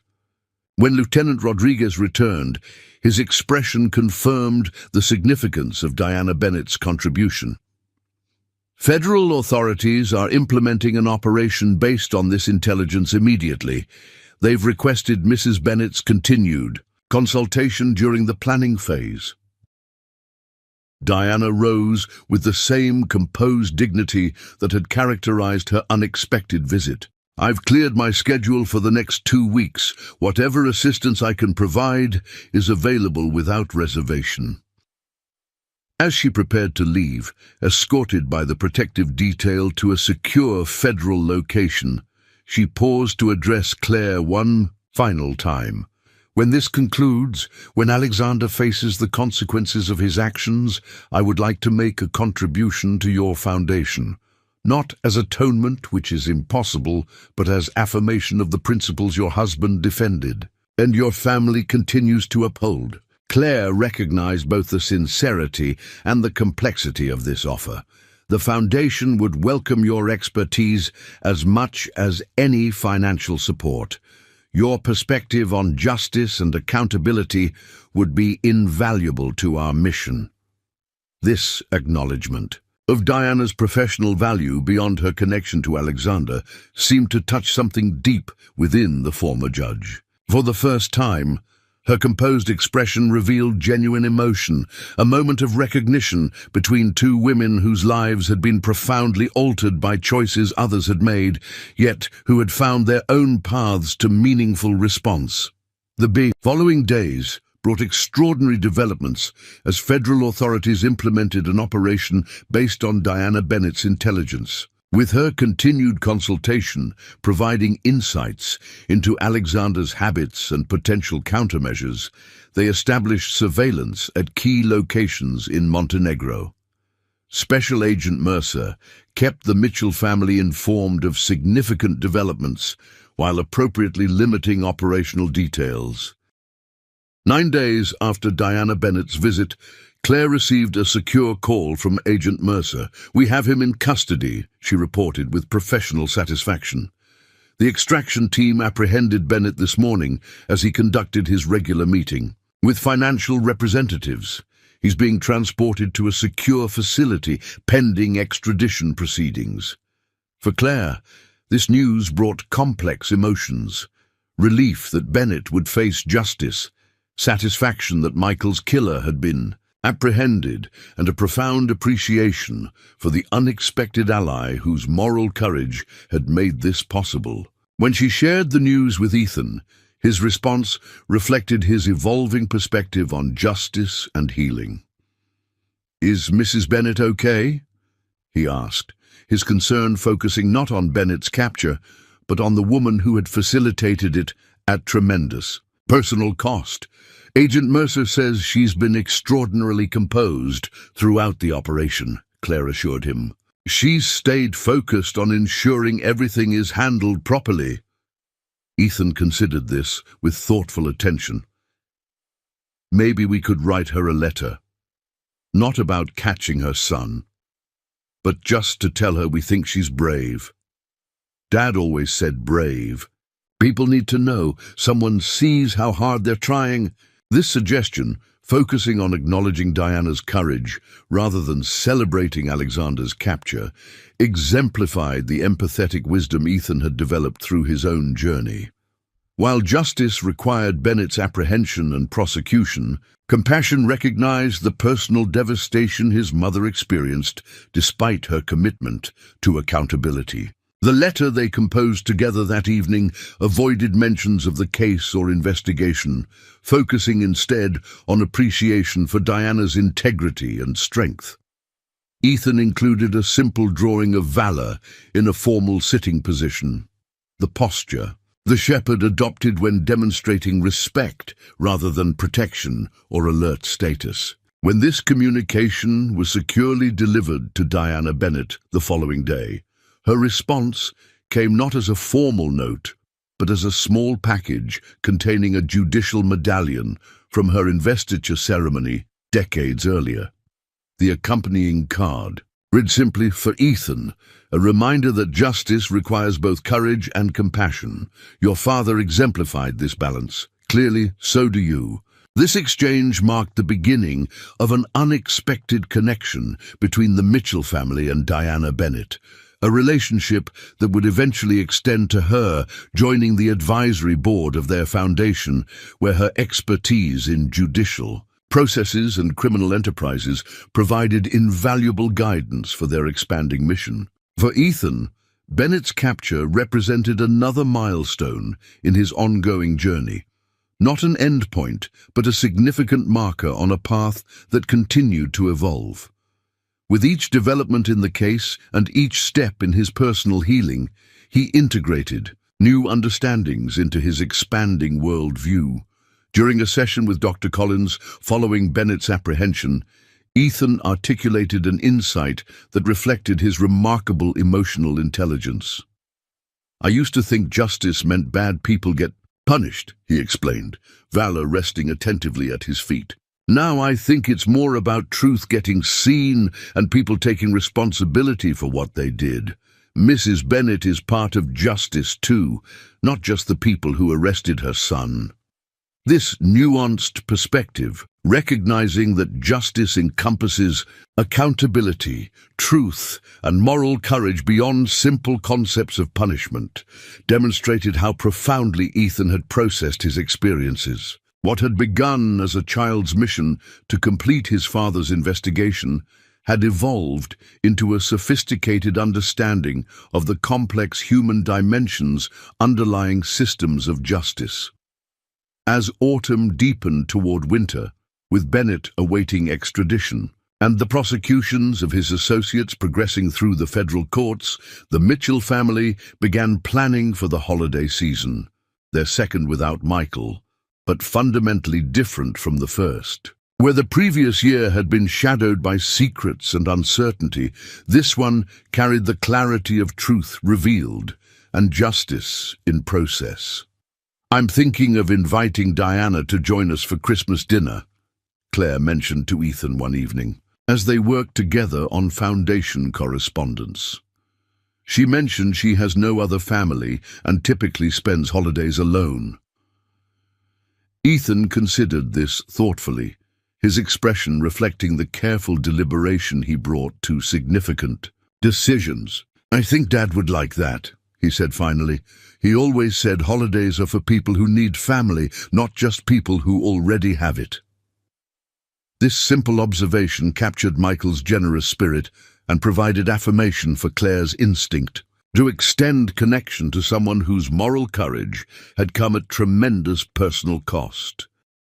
The potential inclusion of Diana Bennett in their holiday gathering represented another step in their evolving understanding that healing happens not through isolation, but through meaningful connections with others who understand difficult journeys. As these plans took shape, Valor maintained his vigilant presence in their lives, no longer just a service animal or living link to Michael, but a beloved family member whose unique capabilities continued to support their well-being. His transition from working K-9 to family guardian had been seamless, his training and intelligence allowing him to adapt his protective instincts to their changing circumstances while maintaining the special bond he had formed with Ethan. One evening, as Ethan completed homework at the kitchen table with Valor in his customary position nearby, Claire observed a small but significant moment that captured their journey. When Ethan encountered a challenging math problem, he automatically reached down to rest his hand on Valor's shoulder, not seeking protection now, but drawing comfort and confidence from the connection that had sustained him through much darker challenges. This simple gesture, unconscious and natural, represented the transformation of trauma into strength, of isolation into connection, of loss into meaningful legacy. What had begun as a desperate attempt to maintain a link to his father had evolved into a source of ongoing support that enhanced rather than limited Ethan's growing independence. As winter approached, bringing the promise of justice in Bennett's prosecution and new opportunities through their foundation's expanding work, the Mitchell family continued forward, carrying Michael's memory not as a burden of grief, but as an inspiration for purpose. Their extraordinary journey from tragedy to meaningful action had transformed not only their own lives, but created ripples of positive change throughout their community and beyond. For Ethan and Valor, whose unique partnership had preserved crucial truth when conventional systems failed, the bond formed through crisis had become a foundation for growth, a living testament to the power of connection, courage, and unwavering determination to transform even the darkest experiences into sources of light for others. The extradition process for Alexander Bennett proceeded with methodical precision through diplomatic channels. Montenegro's authorities, influenced by strategic pressure from U.S. federal agencies and international law enforcement partners, expedited proceedings that might otherwise have stretched into years of legal maneuvering. By early December, Bennett was in transit to American soil, escorted by federal marshals on a secure flight that would deliver him directly to the judicial system he had so elaborately corrupted. For the Mitchell family, this development represented another step toward resolution, though Claire was careful to manage expectations about what closure might realistically mean. Justice is a process, not a moment, she explained to Ethan as they discussed Bennett's impending return. When your father investigated complex cases, he always said that each step forward matters, even when the journey is longer than you initially expected. This measured perspective proved valuable when federal prosecutors contacted Claire to discuss an unexpected complication. Bennett, facing overwhelming evidence and the prospect of multiple life sentences, had indicated through his attorneys a willingness to provide comprehensive testimony about broader criminal networks in exchange for certain considerations. To be absolutely clear, Special Agent Mercer emphasized during a secure call, we're not discussing anything that would prevent him from being held accountable for your husband's death. The potential agreement would require his full cooperation regarding both local corruption and international connections, while ensuring substantial incarceration regardless of his cooperation level.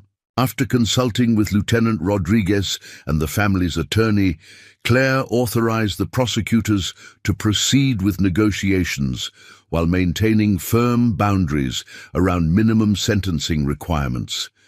Her pragmatic approach reflected Michael's own professional philosophy that pursuing the widest possible accountability sometimes required strategic compromise without sacrificing core justice. While these legal processes advanced through official channels, the Mitchell family focused on building something meaningful from their experience. The foundation had grown significantly over recent months, expanding from its initial focus on supporting families of fallen officers to encompass 3 distinct program areas: trauma recovery support for children affected by violence or sudden loss, police accountability and transparency initiatives, and specialized resources for juvenile justice reform. This last area had developed largely through Ethan's evolving interests. His experiences had sparked particular concern for children, whose interactions with law enforcement and judicial systems occurred without adequate support or understanding of their specific vulnerabilities. Working closely with Dr. Collins and Diana Bennett, he had helped conceptualize a program that would provide specialized advocates for minors navigating complex legal situations. "Kids need someone who speaks both languages," he explained during a foundation planning session, his confidence in expressing complex ideas growing steadily. "They need someone who understands how police and courts work, but also understands how kids think and what scares them, like a translator but for more than just words." This insight, recognizing the communication gap between institutional systems and the children affected by them, became the cornerstone of the Foundation's Juvenile Advocacy Initiative. Diana Bennett's judicial experience proved invaluable in developing training protocols for these specialized advocates, while Dr. Collins contributed expertise in trauma-informed approaches to working with vulnerable youth. The initiative gained unexpected momentum when Judge Evelyn Montgomery, who had presided over several cases connected to the corruption investigation, approached the Foundation with interest in supporting their work. Having witnessed Ethan's extraordinary journey through her courtroom, she recognized the potential of the advocacy program to transform how juvenile witnesses and victims experienced judicial processes. "Most of our systems were designed by adults, for adults, with children's needs considered as afterthoughts at best," Judge Montgomery observed during an advisory board meeting. "What your foundation proposes is fundamental redesign with children's experiences at the center, an approach long overdue in our judicial framework." This endorsement from a respected judicial figure opened doors throughout the regional legal community. By mid-December, the Foundation had secured commitments from 3 county court systems to pilot the Juvenile Advocacy Program, with specialized training scheduled to begin after the new year. For Ethan, these developments provided something beyond the satisfaction of justice for his father. They offered purpose that transformed his traumatic experience into a source of positive change for others. His unique perspective as a child who had navigated complex systems while processing profound loss informed every aspect of the program's design, creating something that might not have existed without his difficult journey. Claire observed this transformation with a mixture of heartache and pride. The circumstances that had forced her son to develop such wisdom at such a young age remained profoundly unfair, yet his resilience and determination to create meaning from suffering represented a triumph of spirit that honored Michael's legacy in unexpected ways. As Christmas approached, bringing both the anniversary of their first holiday without Michael and new milestones in their healing journey, Claire extended the dinner invitation to Diana Bennett as planned. The former judge accepted with dignified appreciation, her response reflecting the careful balance she maintained between professional composure and personal connection. "I would be honored to join your family gathering," she wrote. "Please know that I understand if circumstances or emotions necessitate a change in plans. My feelings will not be hurt should you need to adjust arrangements." This consideration, acknowledging the complex emotions holiday celebrations might evoke while offering easy release from social obligation, demonstrated the emotional intelligence that had made Diana an exceptional judge and now made her a valued ally in the Mitchell family's evolving story. The holiday gathering expanded further when Lieutenant Rodriguez mentioned that Officer Jensen, who had maintained regular contact to provide continued training support for Valor, would be spending Christmas alone due to family circumstances. Ethan immediately suggested including him, demonstrating the same instinctive generosity that had characterized Michael's approach to building community around shared tables. As Claire prepared their home for this unconventional holiday gathering, she found herself reflecting on how profoundly their concept of family had expanded through crisis. People who had entered their lives through professional roles, Dr. Collins, Lieutenant Rodriguez, Officer Jensen, Diana Bennett, had become meaningful connections in a support network that transcended conventional boundaries. Rather than remaining isolated in their grief, they had built something new that honored Michael's memory through connection rather than withdrawal. The actual Christmas celebration unfolded with a warmth that surprised everyone involved. Diana Bennett arrived with carefully chosen gifts, books selected with thoughtful attention to each recipient's interests, and a specially commissioned training vest for Valor that incorporated the latest safety features while maintaining full mobility for his protective duties. Her formal demeanor softened gradually throughout the evening, particularly when engaged in conversation with Ethan about his expanding involvement in the Foundation's program development. Lieutenant Rodriguez contributed homemade tamales from his grandmother's recipe, explaining the family traditions around their preparation and sharing stories of his early days working with Michael Mitchell before either had achieved senior positions. Officer Jensen brought custom-made training equipment for Valor, demonstrating new enrichment activities that maintained the shepherd's professional skills while providing mental stimulation appropriate for a working dog transitioning to family life. Throughout the evening, Valor maintained his characteristic vigilance, conducting periodic perimeter checks of the house before returning to his position near Ethan.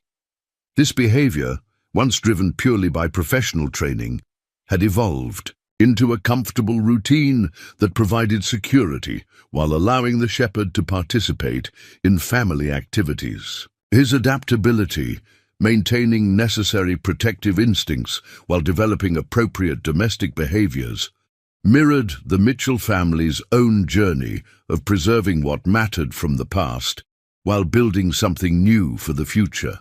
As they gathered around the table for dinner, Claire invited each person to share something they hoped for in the coming year, a tradition she and Michael had established early in their marriage as an alternative to conventional resolutions. The responses revealed both individual healing journeys and collective commitment to meaningful change. "I hope to see our juvenile advocacy program helping real kids by this time next year," Ethan offered, his increasing comfort with verbal expression evident in both his steady voice and thoughtful articulation. Not just the plans and training, but actual kids getting better help than I had when everything first happened. Diana Bennett, typically measured in expressing personal aspirations, shared with careful honesty. "I hope to reclaim the sense of purpose that defined my judicial career through this new avenue of service. Your Foundation's work represents the principles I've always believed in, implemented with compassion I perhaps undervalued during my time on the bench." Lieutenant Rodriguez spoke of departmental healing, the difficult process of rebuilding trust within a police force fractured by revelations of internal corruption. "We're undertaking the hard work of cultural transformation," he explained, "not just removing bad actors, but examining the systems that allowed them to operate." Michael would have been at the forefront of these efforts, so participating in this change feels like honoring his approach to policing. When Officer Jensen's turn came, his typically professional demeanor gave way to unexpected emotion. "I hope to be worthy of the trust placed in me when I was assigned as Valor's handler after Michael's death," he said, glancing at the shepherd who remained attentive at Ethan's side.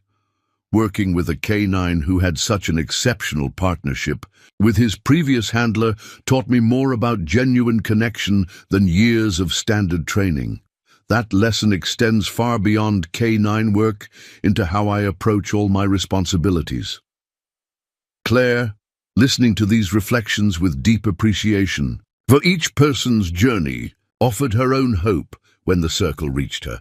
I want our foundation to embody Michael's belief that systems can be both strong and compassionate, that accountability and support aren't opposing values, but essential partners. If we can demonstrate that principle in concrete programs that help real people, we'll be continuing his most important work. As the evening progressed into comfortable conversation and shared memories, Claire observed moments that would have seemed impossible in the dark days following Michael's death. Ethan engaged in animated discussion with Diana about juvenile justice procedures, Valor accepting gentle scratches from Officer Jensen while maintaining his position near Ethan, Lieutenant Rodriguez sharing police academy stories that evoked laughter rather than pain.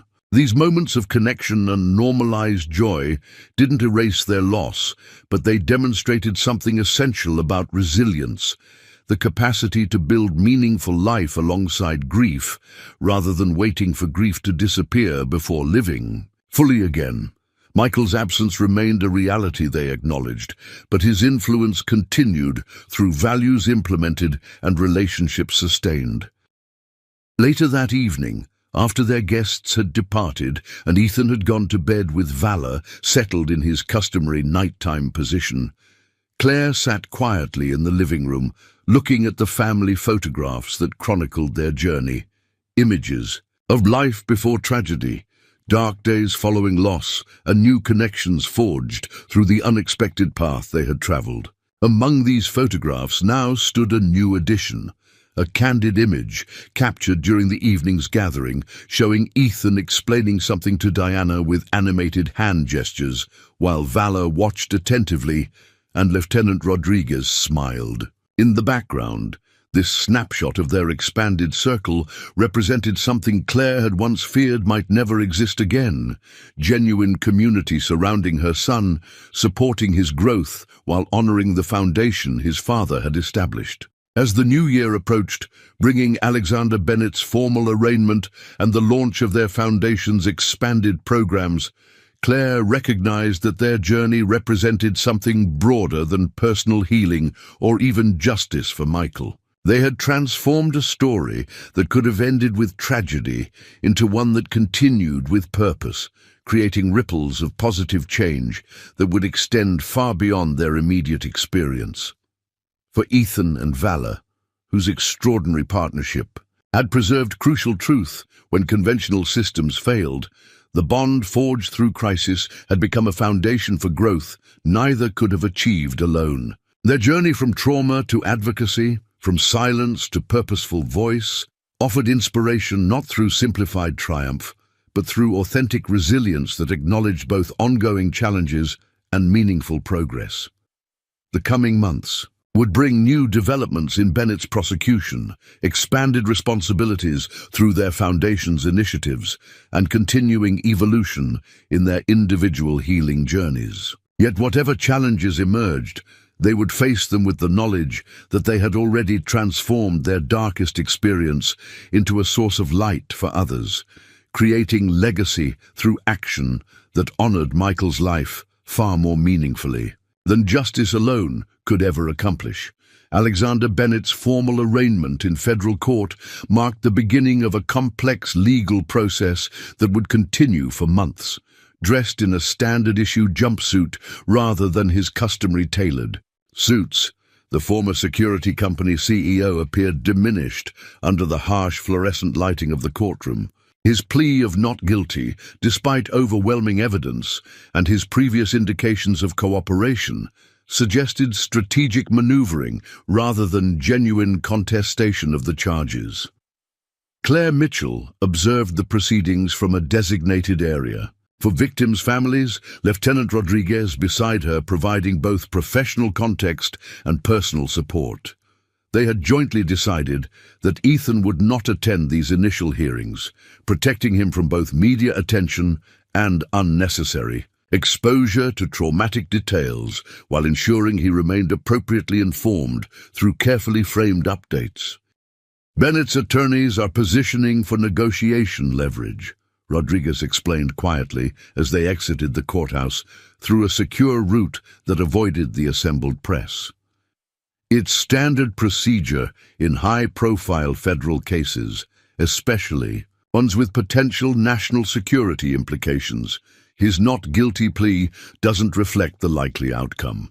This assessment proved accurate when federal prosecutors contacted Claire 2 weeks later to discuss developments in the case. Bennett, facing the reality of his situation after preliminary evidence hearings, had agreed to comprehensive cooperation in exchange for considerations that would still ensure substantial incarceration but potentially avoid multiple consecutive life sentences.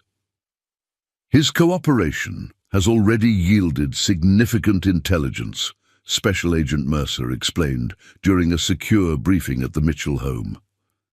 Bennett's security company operated as an intelligence-gathering operation across multiple countries, collecting compromising information on political figures, business leaders, and law enforcement officials. This data was leveraged to facilitate criminal enterprises while ensuring protection from investigation. The scope of this revelation extended far beyond Riverdale County, implicating officials in 3 states and establishing connections to international criminal organizations that had previously remained obscured behind sophisticated financial structures. Michael Mitchell's initial investigation into localized evidence tampering had inadvertently uncovered the edge of a vastly larger criminal ecosystem. Your husband essentially pulled a thread that unraveled an entire tapestry of corruption, Agent Mercer continued, her professional demeanor softening momentarily. The case he built, preserved through Ethan's extraordinary efforts, has become the foundation for what may be the most significant public corruption prosecution of the decade. For Claire, this information carried bittersweet significance. Michael's work had indeed mattered profoundly, yet the very importance of his discovery had directly led to the danger that ultimately claimed his life. This complex reality, that meaningful work often carried genuine risk, reflected the values that had defined Michael's approach to his profession and to life itself. "What matters now," she responded after processing this information, "is that the full truth emerges and appropriate accountability follows. Michael would consider that worth the sacrifice, however much I wish that sacrifice hadn't been necessary." As Bennett's cooperation yielded increasingly significant intelligence, the Mitchell family focused on moving forward with their foundation initiatives. The Juvenile Advocacy Program launched in 3 county court systems, with 20 specially trained advocates beginning work with children navigating complex legal proceedings. These advocates, professionals with backgrounds in both legal processes and child development, provided crucial support that bridged institutional systems and children's needs. Up next, you've got 2 more standout stories right on your screen. If this one hit the mark, you won't want to pass these up. Just click and check them out. And don't forget to subscribe and turn on the notification bell so you don't miss any upload from us.